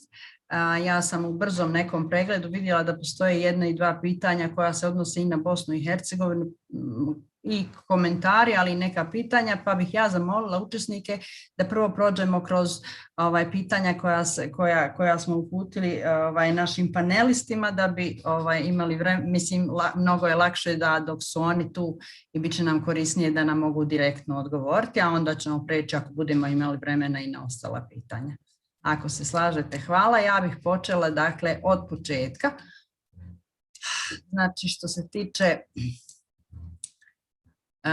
naše prvo pitanje je bilo: investitor objašnjava svoje prohtjeve nivou vlasti koji donosi odobrenje koncesije, okolinske dozvole. To bi bilo ministarstvo, ovisi na kojem nivou.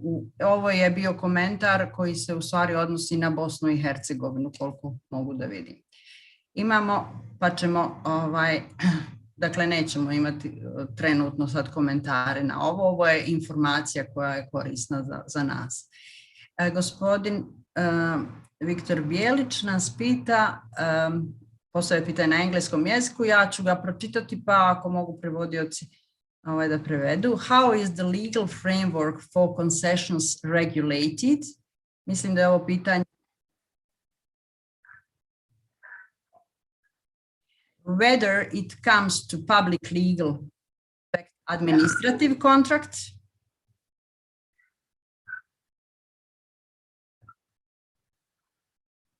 ugovoru, or private legal obligation contract. To whom is the question, sorry? Da, ovo se pitanje odnosi, mislim, na prezentaciju koju je imao Peter, pa bih ja zamolila Petera ako može da nam kaže nešto o ovome.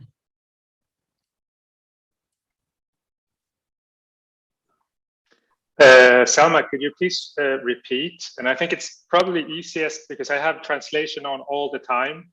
And then if you speak in I will read it in English. Okay, so then please do it again. Again. How is the legal framework for concessions regulated?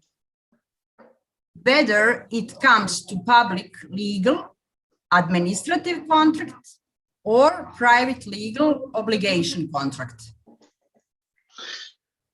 Okay, so in Sweden, and it's quite interesting when we hear that in Spain we're somewhere between private and public, water being somewhere between private and public, and in Bosnia and Herzegovina and also Croatia it's public. In Sweden it's private. Basically, it's I think it's a historical tradition also from the fact that we've had a lot of water in Sweden. We have a lot of water in Sweden, so it's not been a big issue, and it's a private property also related to the land, and it's formally a permit. So there's these differences between concessions and permits, and so it's a permit that's granted in a court of law. And historically, we've had water courts that have granted these concessions. It's almost only been for hydropower production in Sweden, so during the last century. And historically, these permits were granted with no time limit. And that's something that the EU, with the Water Framework Directive, has been pushing Sweden to change. And that's part of the reason why we have the one I presented with this strategy to review all the permits. But basically, it's I mean, the water is private, connected to the land, and you get a permit to use it. Where during that permit you look at different, well, now before you didn't look too much at the environment, but you looked at different third person effects, if someone were affected downstream or upstream, or if you're damming and so on. So it's been gone through that, and it's public. I mean, you can, in Sweden, transparency is very good, so you can get access to that information. So I hope that's an answer. Hvala, Peter. Imamo i sljedećih još nekoliko pitanja vezanih za Švedsku, odnosno za Petera. Dakle, u okviru, u prezentaciji koju je Peter imao, pita se ovako: u dijelu u kojem se govore o švedskom nacionalnom planu, šta se podrazumijeva pod revizijom dozvola? Mislim da je Peter djelomično dotakao to u prethodnom odgovoru, ali evo, molim te, Peter, da nam malo pojasniš šta se sve podrazumijeva pod revizijom dozvola u stvari u Švedskoj. Yeah, great, thanks.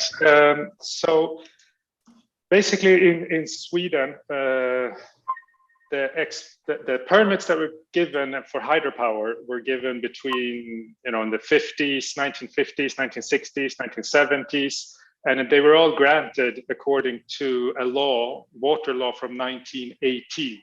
So it's a more than 100-year-old law, and the permits that were granted during the 50s and 60s and 70s and 40s, what you basically looked at was third-party effects. So if someone downstream was affected economically, they would get some compensation. So that was what the court really looked at, who was directly affected. And of course, in the 50s and 60s, there were no, environment as a concept didn't exist really.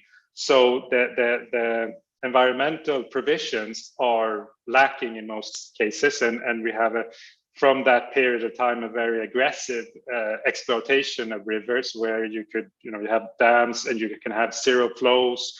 And basically, as I commented, riverine ecosystems were converted into electric systems. Really, all the flows and everything is related to the electric system requirements. So with the Water Framework Directive and with these processes, and also the Commission, the EU Commission has been pushing Sweden to say that you can't have permits that are forever and really hard to change, which was the case in Sweden, because the permits from the 50s and 60s, the conditions in those permits are still valid today. Right now, as we speak, hydropower is being produced in Sweden according to the permits that were granted in the 50s. according to a law from 1918. So that's not great, I think, and the Commission didn't think that was great either. So what's happening now is they're saying you should have modern environmental conditions or provisions, sorry, modern environmental provisions in all permits. So that is kind of the basis, and to be modern environmental provisions, it has to be maximum 40 years old. So after this first 20-year period, the idea is that every 40 years, we're going to review those conditions for the environment that are in there. So basically, it's a very, very complex, but I think it's quite a good way of doing it. Again, you can discuss if the limits and what those restrictions are, if that's the right ones. But I think the process is relevant and good, because they're saying, you know, the big stations should be granted exemptions according to the EU Water Framework Directive. So there is this possibility of saying that the big stations, the ones with dams that can regulate, which are much more valuable to the electric system than the small ones that can't regulate, those should not have big environmental, you know, you shouldn't have fish passages there or minimum flows, because you're going to lose so much hydropower production. In the small ones, so they're saying that, you know, okay, all the small ones have to reach good ecological status. And that's, you know, we'll see when we come to court, but basically that means having fish passages and minimum flows on all stations.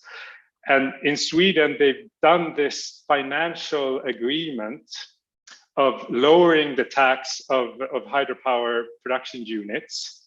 And then the 8 biggest hydropower producers have created a fund, which has actually quite a lot of money. But I mean, the tax cuts were bigger than the money in the fund. The tax cuts were about 190 million euros a year, and the fund is about 50 million euros a year for improvements. And when a small hydropower producer goes to court and they say you have to have a fish passage, you have to do all these investigations, you have to do all that, that hydropower producer can apply to this fund and get 90% coverage of all the costs. And that includes removing the dam, because it could be that you say it's not worth, you know, maybe it's a very, you know, high value, environmental value, and maybe it's not profitable anymore. Then the hydropower producer can say, okay, let's just tear it out. We agree, I agreed to removing the dam, and they get 90% coverage of all foregone production income. So they say, okay, so we calculate how much you would produce in the next 20 years, and we do, you know, a percentage or whatever, and they say, okay, so it's valued as this much. All the production that you're going to lose is, you know, 100,000 euros, and then they say, okay, we're going to pay you 90,000 euros from this fund. So it is. I mean, it's still not simple, but they have dealt with many of the issues that can mean that when you go to court of law, it just gets gridlock. Like you want to remove gridlock, and one of the ways of doing that is through economic means. So yeah, I think that's an explanation, I hope.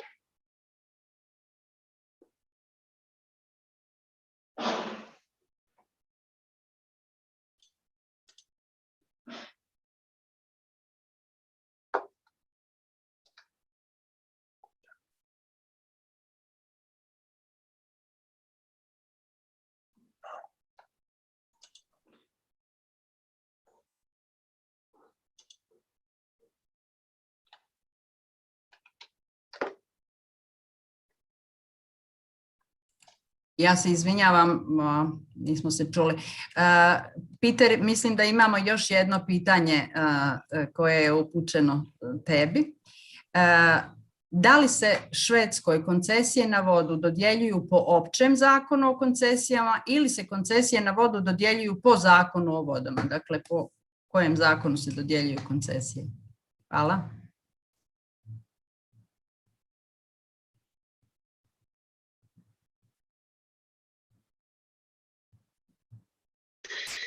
So I think,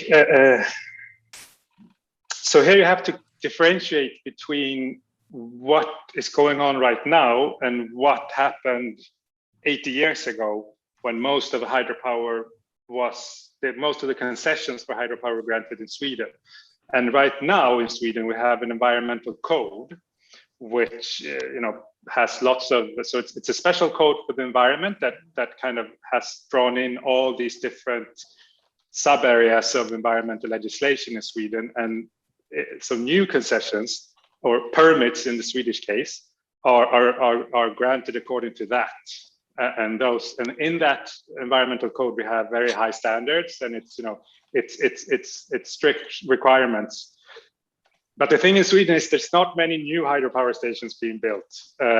What we have is we have a huge stock of hydropower stations that were built in the 50s and 60s and 70s. And those hydropower concessions or permits were granted according to the water law of 1918. So it's a very old law, and I think, again, reflecting on what Professor Brufau was saying, that law was meant to allow for exploitation of water resources. It was really the main objective was to allow for a rapid and big construction of hydropower in Sweden, and it's been very valuable. Sweden is the top hydropower producer in the EU. But it's come with a very, very high cost. And that's the issue now, that those permits from the 50s and 60s were granted with no time limit.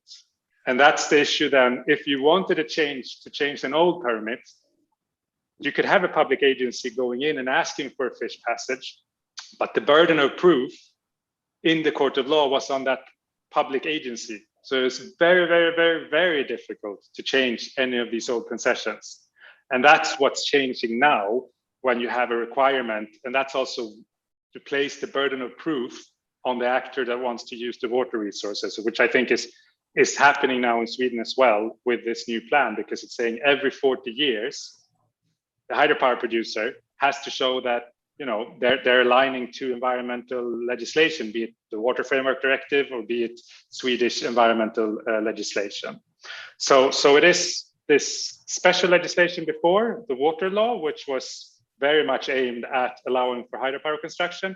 And right now we have the environmental code.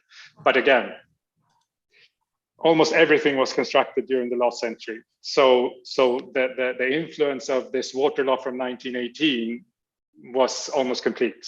It was just minor, some stations that had this new, according to the environmental code. And that is changing now with this process that's going to happen during the next 20 years.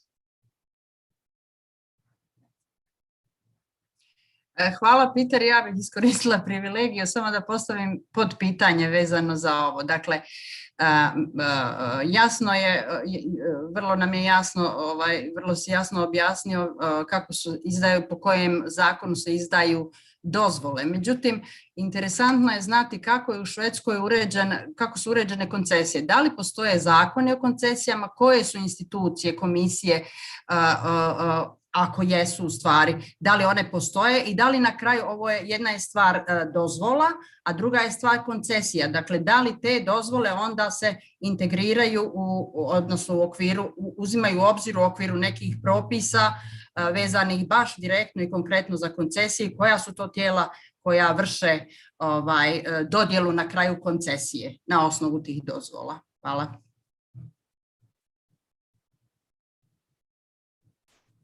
So I think we go into this issue of water being a public resource or a private resource. And I think in Sweden, it tends towards a private resource, which is connected to the land, which means that what you need is a permit, which is slightly different from a concession, because as the presenter said, a concession is the right to use a resource. In this case, if you own the land, you own the water, and then you get a permit, which is also a legal right to do something, but you get the right to modify that water, which has effects on other people. So that what you do is you go to a court of law, which is in Sweden right now, it's the land and environmental law, which is part of the regular court system. So when you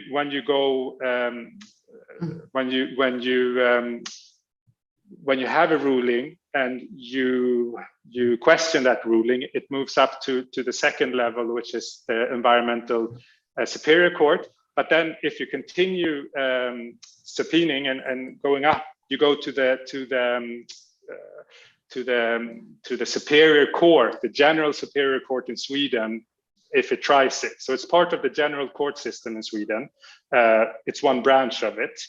And so it's, in the end, it's the court of law that decides what is allowed to do with that, and it grants a permit. And priorly, 50 years ago, it was these water courts. And the key there is, again, is that those permits were eternal. There was no time limit. You could change them, but then you would have to have an active intervention by someone else, who then got all the burden of proof and evidence to change it. So it's very hard to change.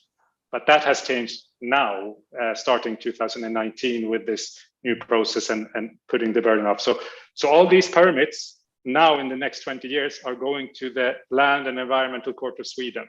And they're going to give the court permit for that.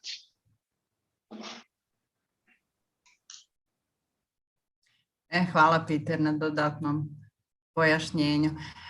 Naredna pitanja koja imamo, nekoliko narednih pitanja, odnosi se na Hrvatsku, pa ih u ovom momentu nećemo ni čitati da ne trošimo vrijeme.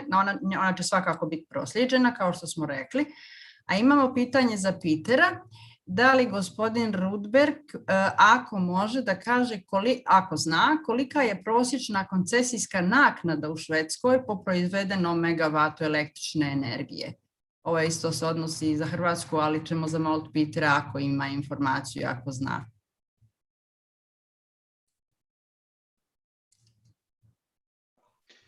So in Sweden, there's no concession fees, as in there's a tax on the property. So if you have a hydropower station, there's a tax of that facility that's in there working. And that was part of this agreement, where actually traditionally hydropower stations have been taxed quite high because they're so profitable, particularly the big ones. So they had around 1.8%, I think, tax. And in this agreement that were a couple of years ago, there was a political agreement, and they also wanted to incentivize the big hydropower producers not to kind of block progress. And they said, okay, we're gonna reduce your tax. And then, if we reduce your tax, and it was reduced from 1.8% to 0.5% of the production value, then, you should create this fund that will pay for measures in the smaller stations. So there's no fee, as far as I know. There's a tax on the property that's there.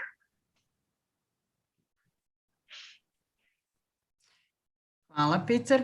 Narednih nekoliko pitanja je vezano za stanje kod nas u Bosni i Hercegovini, pa ćemo sada trenutno preći preko njih, a nastavit ćemo sa pitanjima koja su upućena Peteru i gospodinu Brufao. Dakle, vezano za gospodina Brufaa pitanja i za njegovu prezentaciju, kaže se vezano za prezentaciju profesora Brufaa, u dijelu javne potrošnje vode u slajdu vodna dozvola je izjednačena sa koncesijom. Da li je to bio problem prevoda ili je to tako u zakonu? Hvala.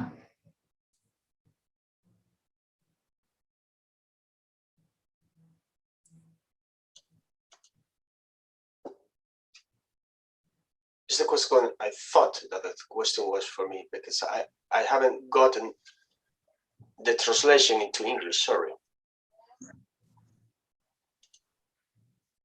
Ponovit ćemo. U dijelu koji se odnosi, vaše prezentacije, koji se odnosi na javnu potrošnju vode, u slajdu je vodna dozvola izjednačena sa koncesijom. Je li to bio problem prevoda ili je to tako zaista i u zakonu, dakle dozvole i koncesije u Španiji?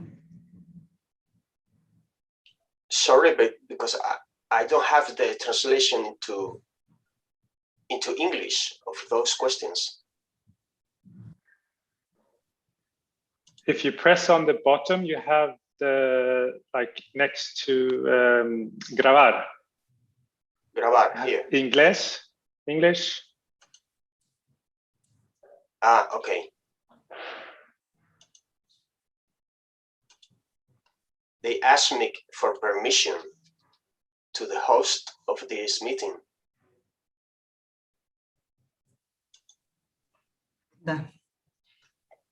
I cannot see it. Sorry, I'm very sorry.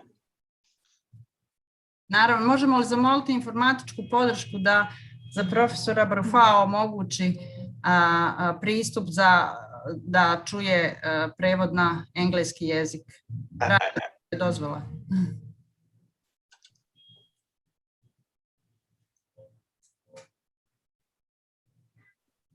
Yes. Cancel.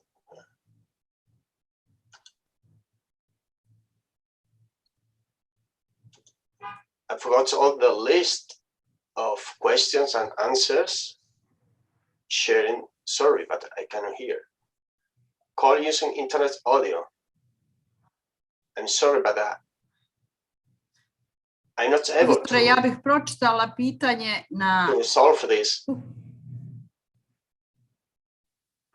Selma, maybe you could read in English if he hears. If you just say the question in English. If a general overview of the question, perhaps I could answer it.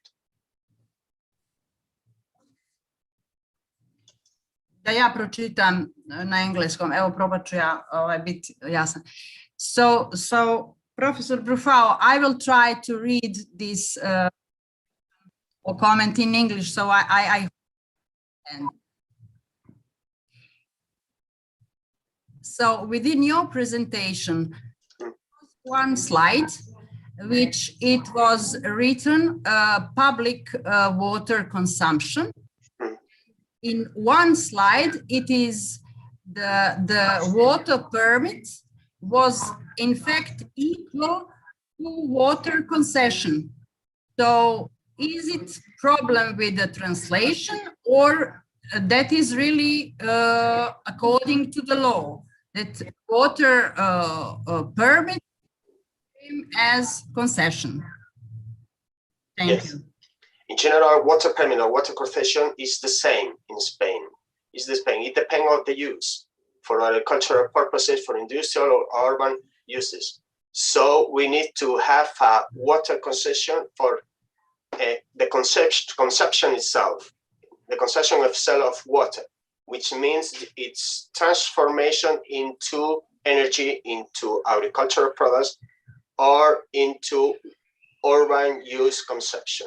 We need another thing called authorization just for lower level of use, which is much more, is much easier to hand it over to private companies or to private users. But in general, water concession and water permit is the same in general. Thank you very much. I would, if we still have problem, I would continue the next question because it is also a question for you. Okay. I have pressed a button here called interpretation in English. So within your great. Excuse me. Onda ja ću zamoliti prevodioce, ja ću pročitati pitanje. Kako se sada trenutno kontroliše nezakonito korištenje voda i je li ta oblast uređena u Španiji?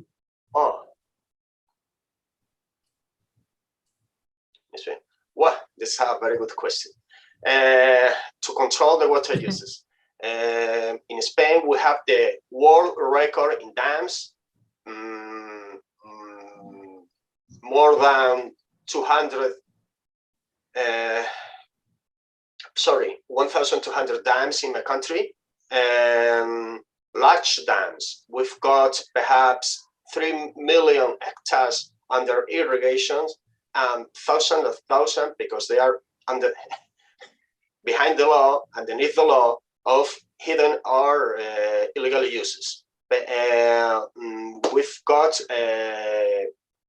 some types of control, mainly the bureaucratic ones, the register, the public register inscription of water rights, and so on. Other technical, we've got, I don't know the word in English, called delimiters, something, water meters, instruments, plates in the canals, in the dams, in the pipes, and so on. And we've got also satellite images to control water uses. But the problem in Spain is water law enforcement. Water law. In the Southeast, I can't remember well, there is perhaps it's estimated that around more than 100,000 hectares are illegal in the Southeast, in the province of Murcia, which is unbearable. And there is a water market of illegal uses of water. This is a market with thousands of kilometers of tiny pipes around all the valleys and mountains and around all the region in Murcia and near the city of Valencia, in the southeast of Spain, which is very difficult to control. And the problem is that the other main policy, perhaps the main policy under the EU legal system, is the common agricultural policy foster all these illegal uses because they give money. And besides, local authorities do not want to control water use, even personally, opposing to the closure against shutting down of wells, for example, in the Doñana National Park nowadays. And before the civil guard, the police, even before the public force.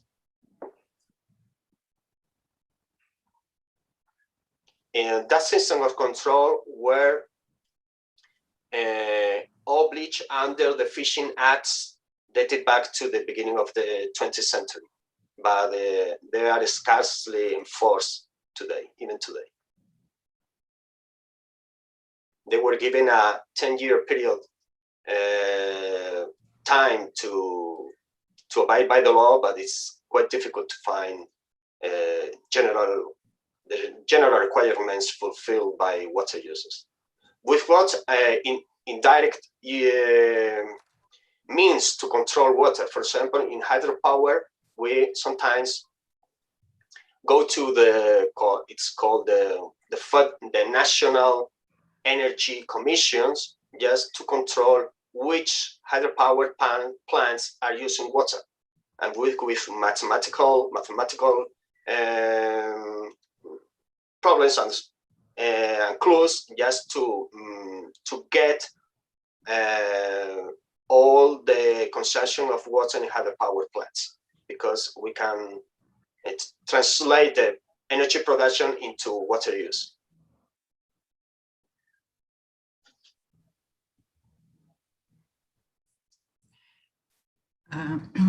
Hvala.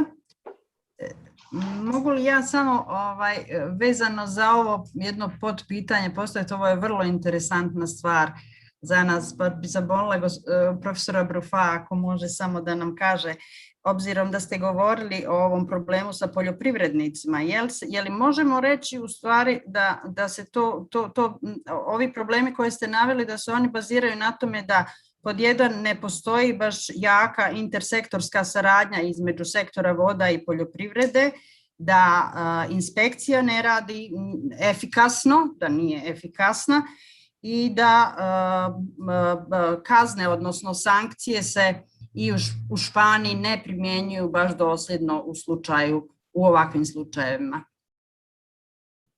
Hvala.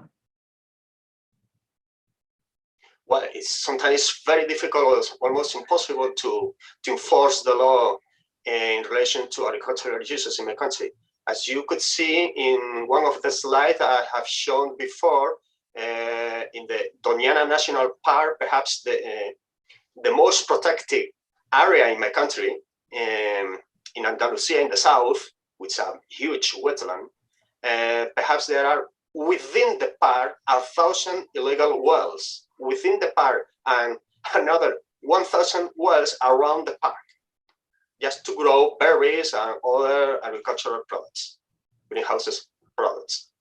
And we have, after a 10-year campaign, including the national prosecutor, just closed 77 of those 1,000 wells. 77 out of 1,000 is a very small exit, success story. And sometimes it's quite difficult. Da, hvala velika na ovom pojašnjenju. Naredna pitanja su uglavnom vezana za Hrvatsku, pa ćemo preći preko tih pitanja, naravno odgovori će stići u narednim danima. Imamo jedno pitanje vezano i za Španiju i za Švedsku. Napisano je na engleskom, pa dozvolite mi da pročitam na engleskom. Is there a public review in Spain and Sweden before a water permit is issued? And how long the public review lasts?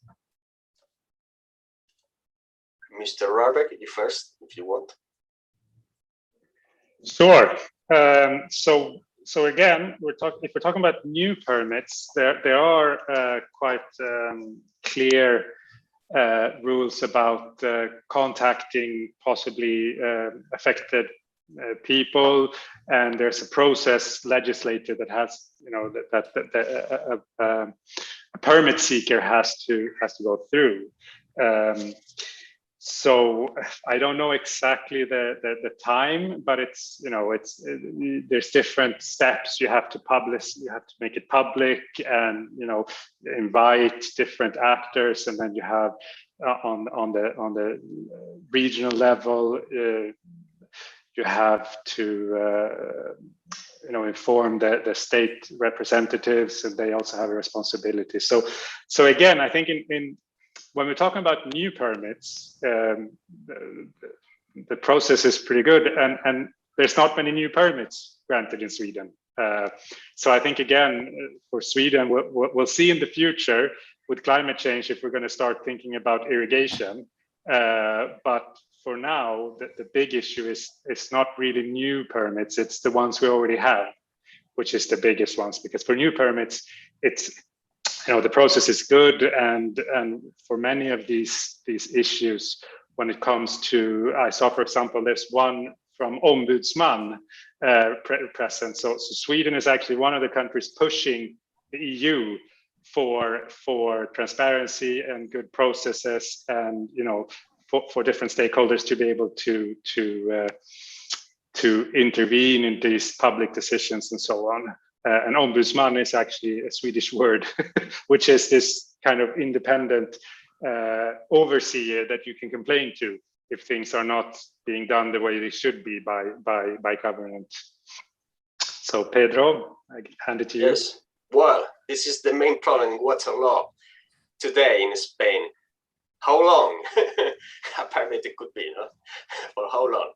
Well, we've got because it is a transitory regime, we've got both regimes, the old one and the new one. The old ones date back to the Roman law, to canonic law, the church law, for permanent, for good permits, for good. They were permits given by the monarchy to water holders, to owners of land. Then that for good permit, eternal permit, was reduced to a 99-year period of time under the 19th century Water Act. Under this, it was issued, published in 1879 Water Act of Spain. They were published perhaps now 80% of the current water permits, which allow water holders to use the water up to 99 for a period of 99 years, that were reduced up to 75 in 1985. The problem is since when? Since 1985, since the water use was already taken, perhaps 100 years ago. The Supreme Court a couple of years ago declared that we have to count down all these years that remain in the hands of the water permit holders from the first day the water we call enter into exploitation. So the result is that perhaps 99% of current hydropower uses, which date back to the beginning of the 20th century, now they have expired. The problem is that water bodies have to declare all those water rights expires. And in relation to that, we've got another result. The first solution given by the Water Act is demolition. And we've got now this problem. We've got another problem. The central part of Spain is somehow empty of people. We've got thousands of water mills, of paper mills, of little irrigated land, of orchards, or abandoned, because there is nobody to take after those places. So we've got another problem. Water uses that in the register are enforced, but they are already abandoned. Because the main concentration of population in Spain is around Madrid, the capital, and along the seashore. And the rest is almost empty.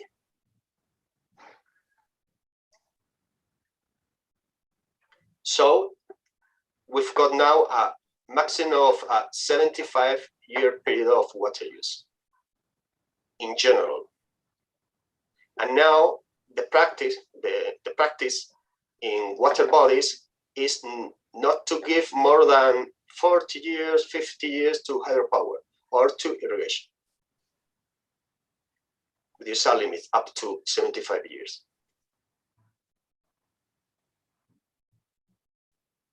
And the fact is now we've got hundreds of small dams, hydropower dams abandoned in Spain. And also because of the not so profitable than before regime of tax and subsidies incentive to produce hydropower. They are abandoned. And now we have around, I've got the data here, we have demolished around 300 small dams and 3 large dams in Spain, all of them hydropower ones.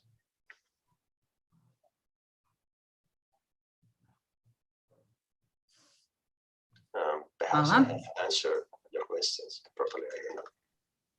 Da, hvala. Sada imamo ponovo pitanje vezano i za Španiju i za Švedsku. Ja ću opet pročitati na engleskom da bi bio dobar i prevod.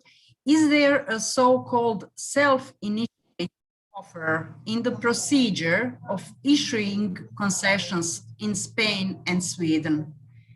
And is there a legal mechanisms to regulate the number of self-initiated offers to deplete a certain natural resource such a river, for example?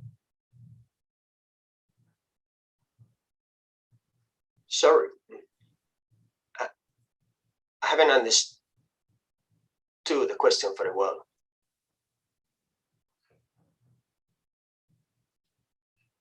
Yeah, could you explain what self-initiated offer means? Ja bih se molila gospodu koja su postavila pitanje da... Mogu ja da pojasnim. Znači u slučaju da neka interesna strana želi da eksploatiše neko prirodno dobro, a da nije već raspisan javni poziv ili tender, može samo da podnese inicijativu za pokretanje procedure, odnosno za davanje koncesije. Na to se vjerovatno mislilo kod same inicijativne ponude. Okay.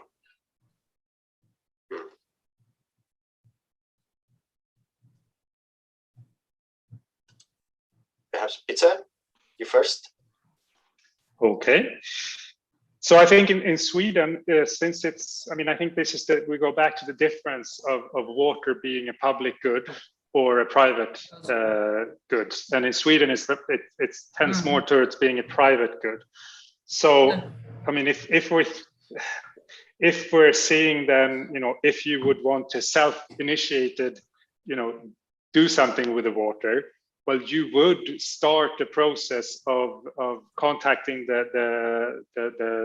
this is what's regulated in the environmental code, and you would say, well, okay, if we're talking about hydropower stations, saying, oh, I have this river in my land, and I think it would be great to build a hydropower station here, and then, you know, they would contact the local authority, well, the regional authority, which have the responsibility for that, and you would start the process of informing all the people that would be affected by it, and they would have the chance to meet, and you would have to have you know, this collaboration formally. You would have to send out invitations. You would have to show that you have informed and allowed these other stakeholders to have you know, to voice their view. And then that person that would want to have the permit would then go to the court of law, to this land and environmental court of law, and they would, you know, present to the court and say, this is such a great idea, I want to do this. And then you would have both public actors, you have public actors that have the role of defending the common, like the public interest, including environmental interest, as well as these regional bodies that could, you know, act and be presented in this court of law, and that could question if they think it's not a good choice.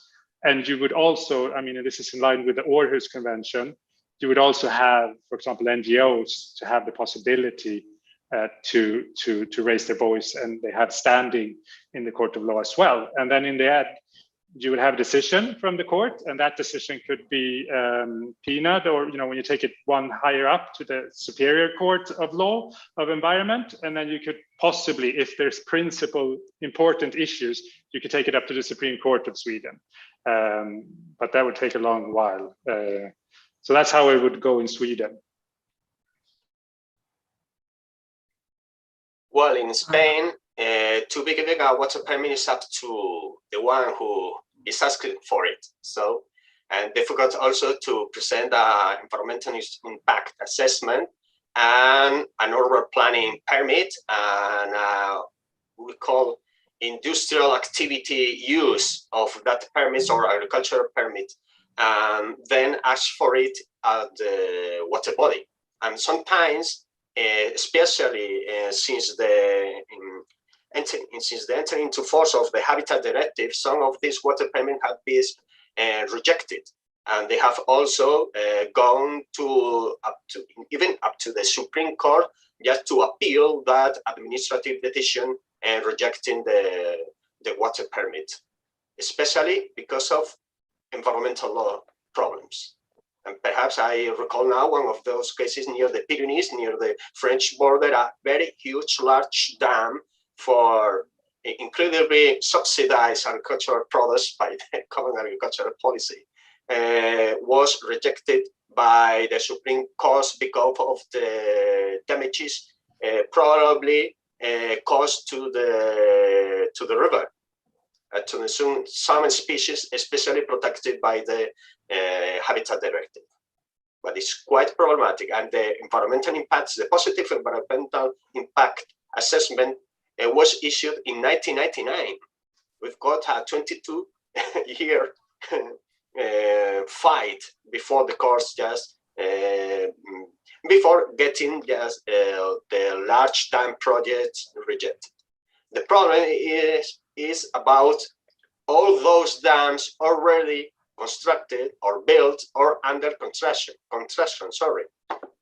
Now the Spanish courts are very reluctant, we say, not so friendly to stop a work, a publicly financed work, to stop it at the beginning.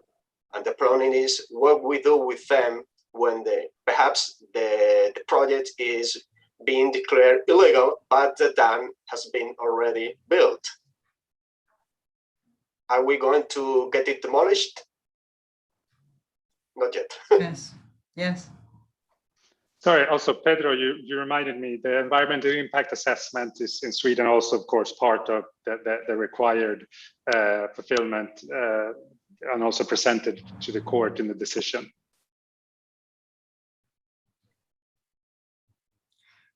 Zahvaljujem se na odgovorima. Sljedeće pitanje je pitanje koje je vezano za javni interes za zahvatanje voda u stvari. I pita se koja je donja granica od koje nastupa javni interes za određeni zahvat, odnosno na osnovu kojih pokazatelja se donosi odluka da je neko korištenje vode u općem interesu ako koncesionar nije subjekt iz javnog sektora.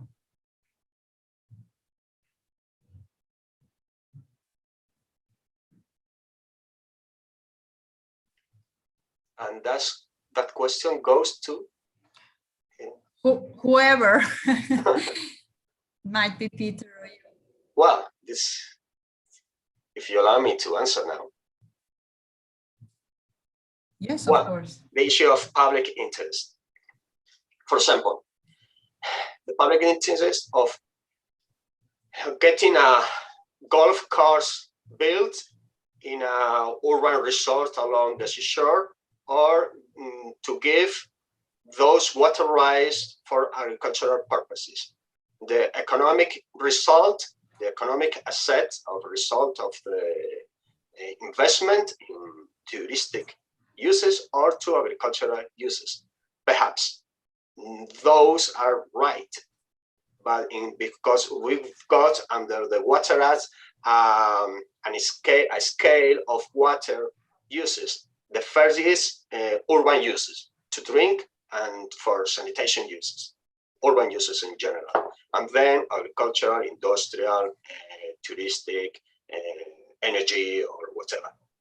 So perhaps it's much more profitable to have a very green, under the sun, green golf course in Spain, which is much more profitable in economic terms than to have it for, I don't know, to water sugar beet, which is a highly subsidized agricultural product in my country. And besides, some of the sugar factories have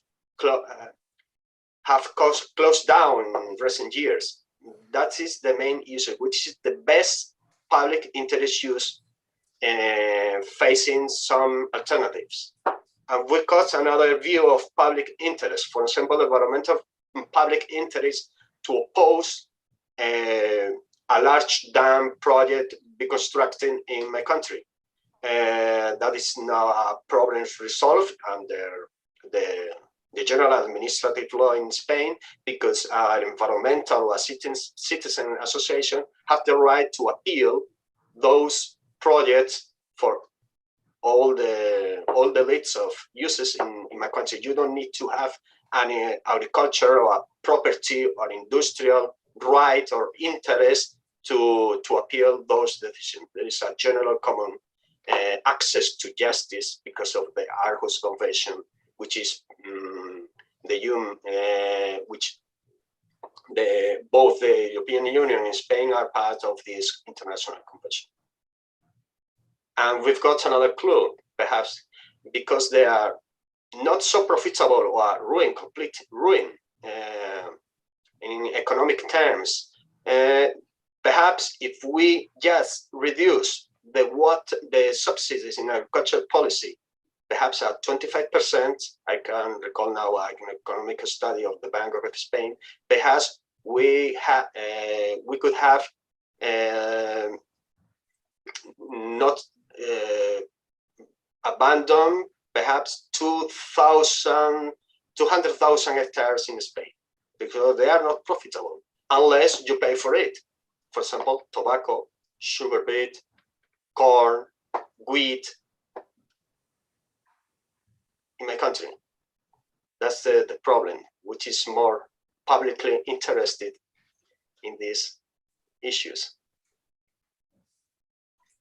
Hvala mnogo. I think that the main problems for water use in Spain, of water habitats protection in Spain, is the common agricultural policy.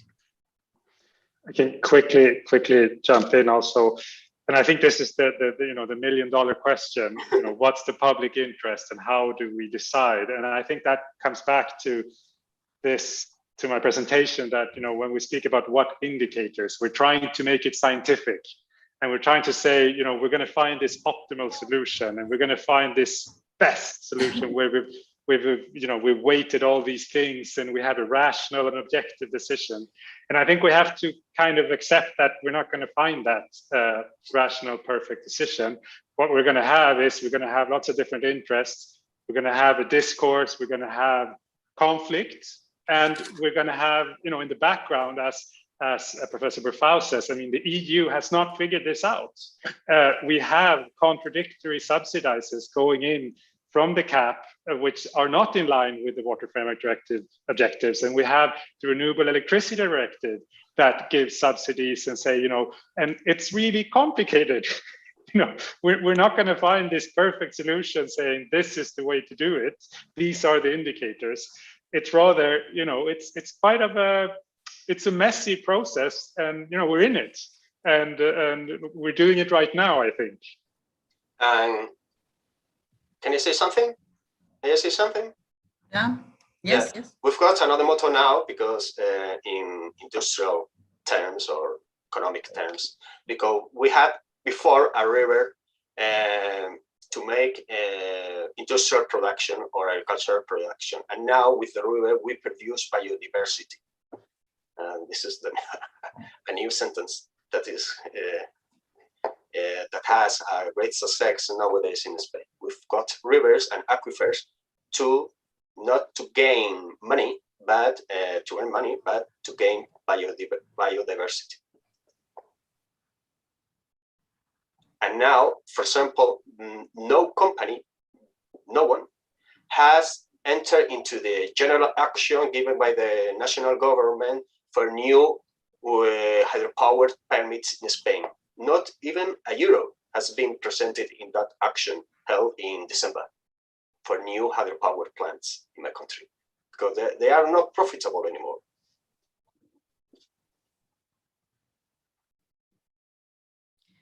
Da, hvala. Imamo sljedeći pitanja, odnosno dva su pitanja, pročitat ću oba dva na engleskom jeziku, iako drugo je predmet bio već rasprave, ali evo. Prvo, how successful is the of the riverbed and rivers expired concessions agreement? Are there long-term plans in this context in Sweden and Spain?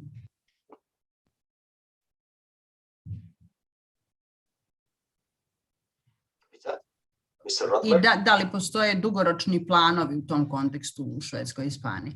I drugo pitanje je, what are the penalties for investors who do not respect the water and environmental permit? Okay, so are the inspectors effective in Spain and Sweden at compliance with these permits? In this context, are there complaints from public that inspectors are ineffective? Okay, so I think this question goes back to what we've heard from Alida also in Croatia. I think it's something for new EU countries and for all the EU countries to say. And it's this issue, transposing, implementing, and enforcing. And it's relatively easy to transpose, and then it gets harder to implement, and then it gets even harder to enforce what you're supposed to enforce. And I think in Sweden, it's relatively speaking, good rule of law, and people abide by the rulings and what's formally being decided. And if we're talking about how successful the restoration efforts are when you have a removal of a hydropower dam, for example, I mean, you have to have in mind that until now, there hasn't been many removals because these permits were granted forever.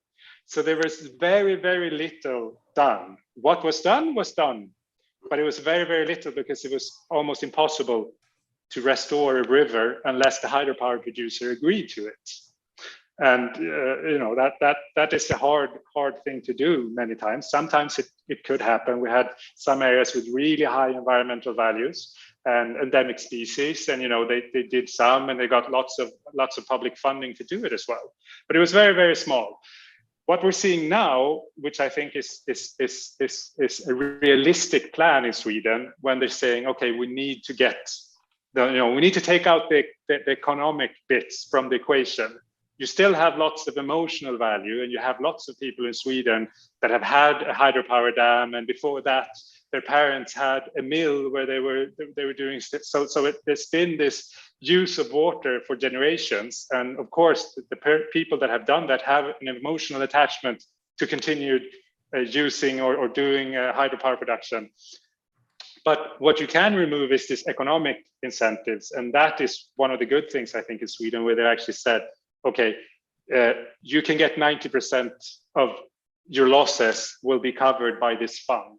So when you go to an individual and say you have to have modern environmental provisions, so you have to have a fish passage, you have to have this, and it's going to cost you 100,000 euros. Well, they get 90,000 back from or if it's 10,000 euros, they get 9,000 back, more or less, from this fund. And once the decision is taken, it will be implemented. The question is getting there. And I think also this kind of relates a bit to what we see again, and I saw it in Croatia and also Spain. It's this old and new laws that are conflicting and that are not working very good. And that is what this plan in Sweden is doing. It's we've had all these old laws from 1918, and now they're saying, okay, well, we have to, in a sense, start new, and we have to review all the ones we have, and we have to apply, the EU legislation and new environmental legislation to all of them. So they're going through every permit for hydropower production in Sweden during the next 20 years. So in a sense, starting from not a blank page, but saying, okay, everything we had before, well, we have to do this revision. Pedro. Okay, I think that scientists say that river restoration is sometimes quite easy to get because rivers and wetlands are very dynamic. So getting rid of the problem, dam, the version of water or whatever, a river, a wetland can recover very quickly. And said that, we don't have a long-term plan for river restoration in Spain. We've got in the specific basic hydrological plans some clues, some projects, some even aspirations to get done in relation to river restoration. For example, there is a national, but very poorly funded, a national restoration of rivers in Spain that sometimes have a great success. For example, in other rivers, in the Col de Green in Spain, from the French border to Portugal, we have got demolished around 200 dams. Of those 300 dams demolished in Spain nowadays. So, and the river, they recover very quickly and very easily, not only for environmental purposes, also for security purposes, to avoid flood damages. For example, because the small dams put up the level of the rivers, and they can put in risk towns and villages and cities and industrial areas and so on. About the second part of the question, what are the penalties for investors who do not respect the water environmental permit? 90% of the cases they have no result.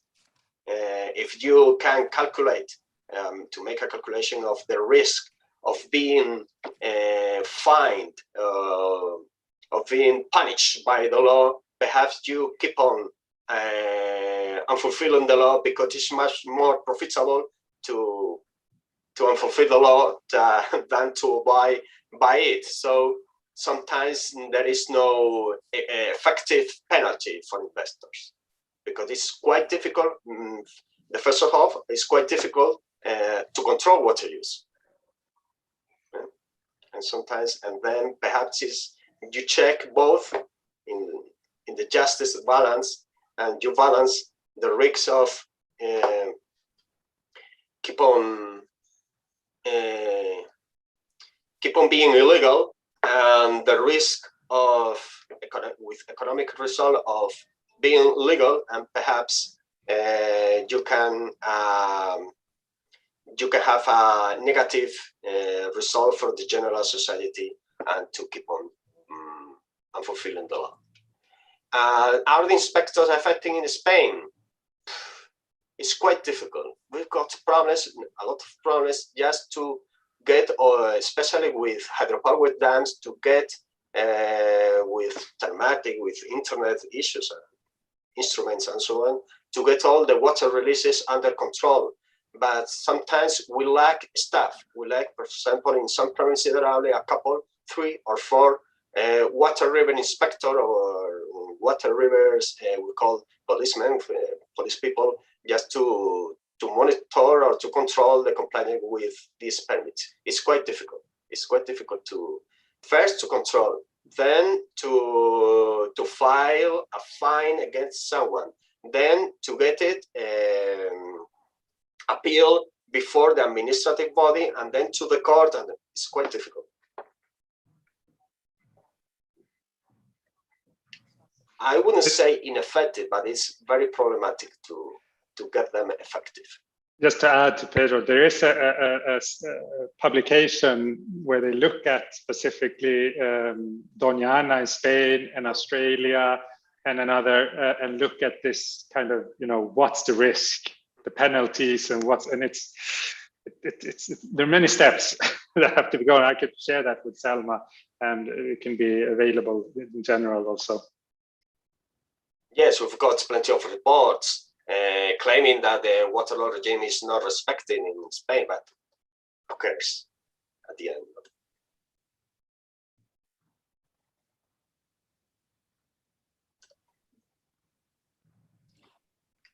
Hvala vam, gospodo Velika. Mi smo već proveli termin za kraj ovog workshopa. Ja bih htjela zaista iskreno da se zahvalim našim panelistima, jer su nam, ja se nadam, otvorili oči u mnogim pravcima. U principu rekli su, čuli smo mnogo pozitivnih primjera, ali smo čuli i negativne primjere. Dakle, možemo se u principu vratiti na ono što je bilo na početku prezentirano, a to je da kada dođemo do koncesija i do ove problematike i korištenja vode, u stvari da je to vrlo kompleksno, senzitivno i možemo reći vruće pitanje svugdje, da ono nije jednostavno i da ne postoji optimalno rješenje. Ono što možemo reći je da u principu da su samo načela ona koja treba da nas vode ka što optimalniji, odnosno optimalnom rješenju, dakle vladavina prava, poštivanje zakona, EU legislative, transparentnost, što je vrlo važno, i poštivanje zakona. To, kao što smo vidjeli i u nekim drugim zemljama, i u zemljama, evo sad i u Švedskoj i u Hrvatskoj i u Španiji, vidimo da imamo problema oko toga, ali je bilo vrlo korisno čuti vrlo konkretne primjere i ja se još jednom zaista zahvaljujem panelistima. Nadam se da je i učesnicima bilo interesantno i da su dobili mnogo korisnih informacija. Ja bih završila ovaj naš webinar sa jednim komentarom koji mi se dopao, možda zato što se i ja slažem sa ovima, a to je da je posebno interesantno bilo u prezentaciji profesora Pedra da konstatacija da nakon isticanja dozvole dolazi do rušenja brane, odnosno može doći do rušenja brana i vraćanja rijeke u prvobitno stanje. Dakle, to je stvarno nešto što onako je teško zamislivo da se dešava, ali evo mi smo razgovarali o tome i gospodin Pedro je još nakon toga nekoliko puta to i pomenuo. Molim vas, sva ostala pitanja koja su bila vezana, a i komentari za našu zemlju, za Hrvatsku, bit će vam dostavljena. Mislim da je kolegica Svjetlana već na neka i odgovorila koja su bila upućena njoj. Mi bismo trebali sa ovim završiti ovaj naš webinar. Nadamo se da vam je bilo ovo korisno i da ste korisno iskoristili vrijeme, a našim panelistima još jednom zahvaljujem na zaista velikom trudu i naporu da nam približe ovu problematiku iz svojih okruženja iz Europske unije. Hvala vam puno, doviđenja i prijatno. Ugodan vikend. Doviđenja. Thank you. It's been a pleasure. You're welcome. Pleasure too. Thank you.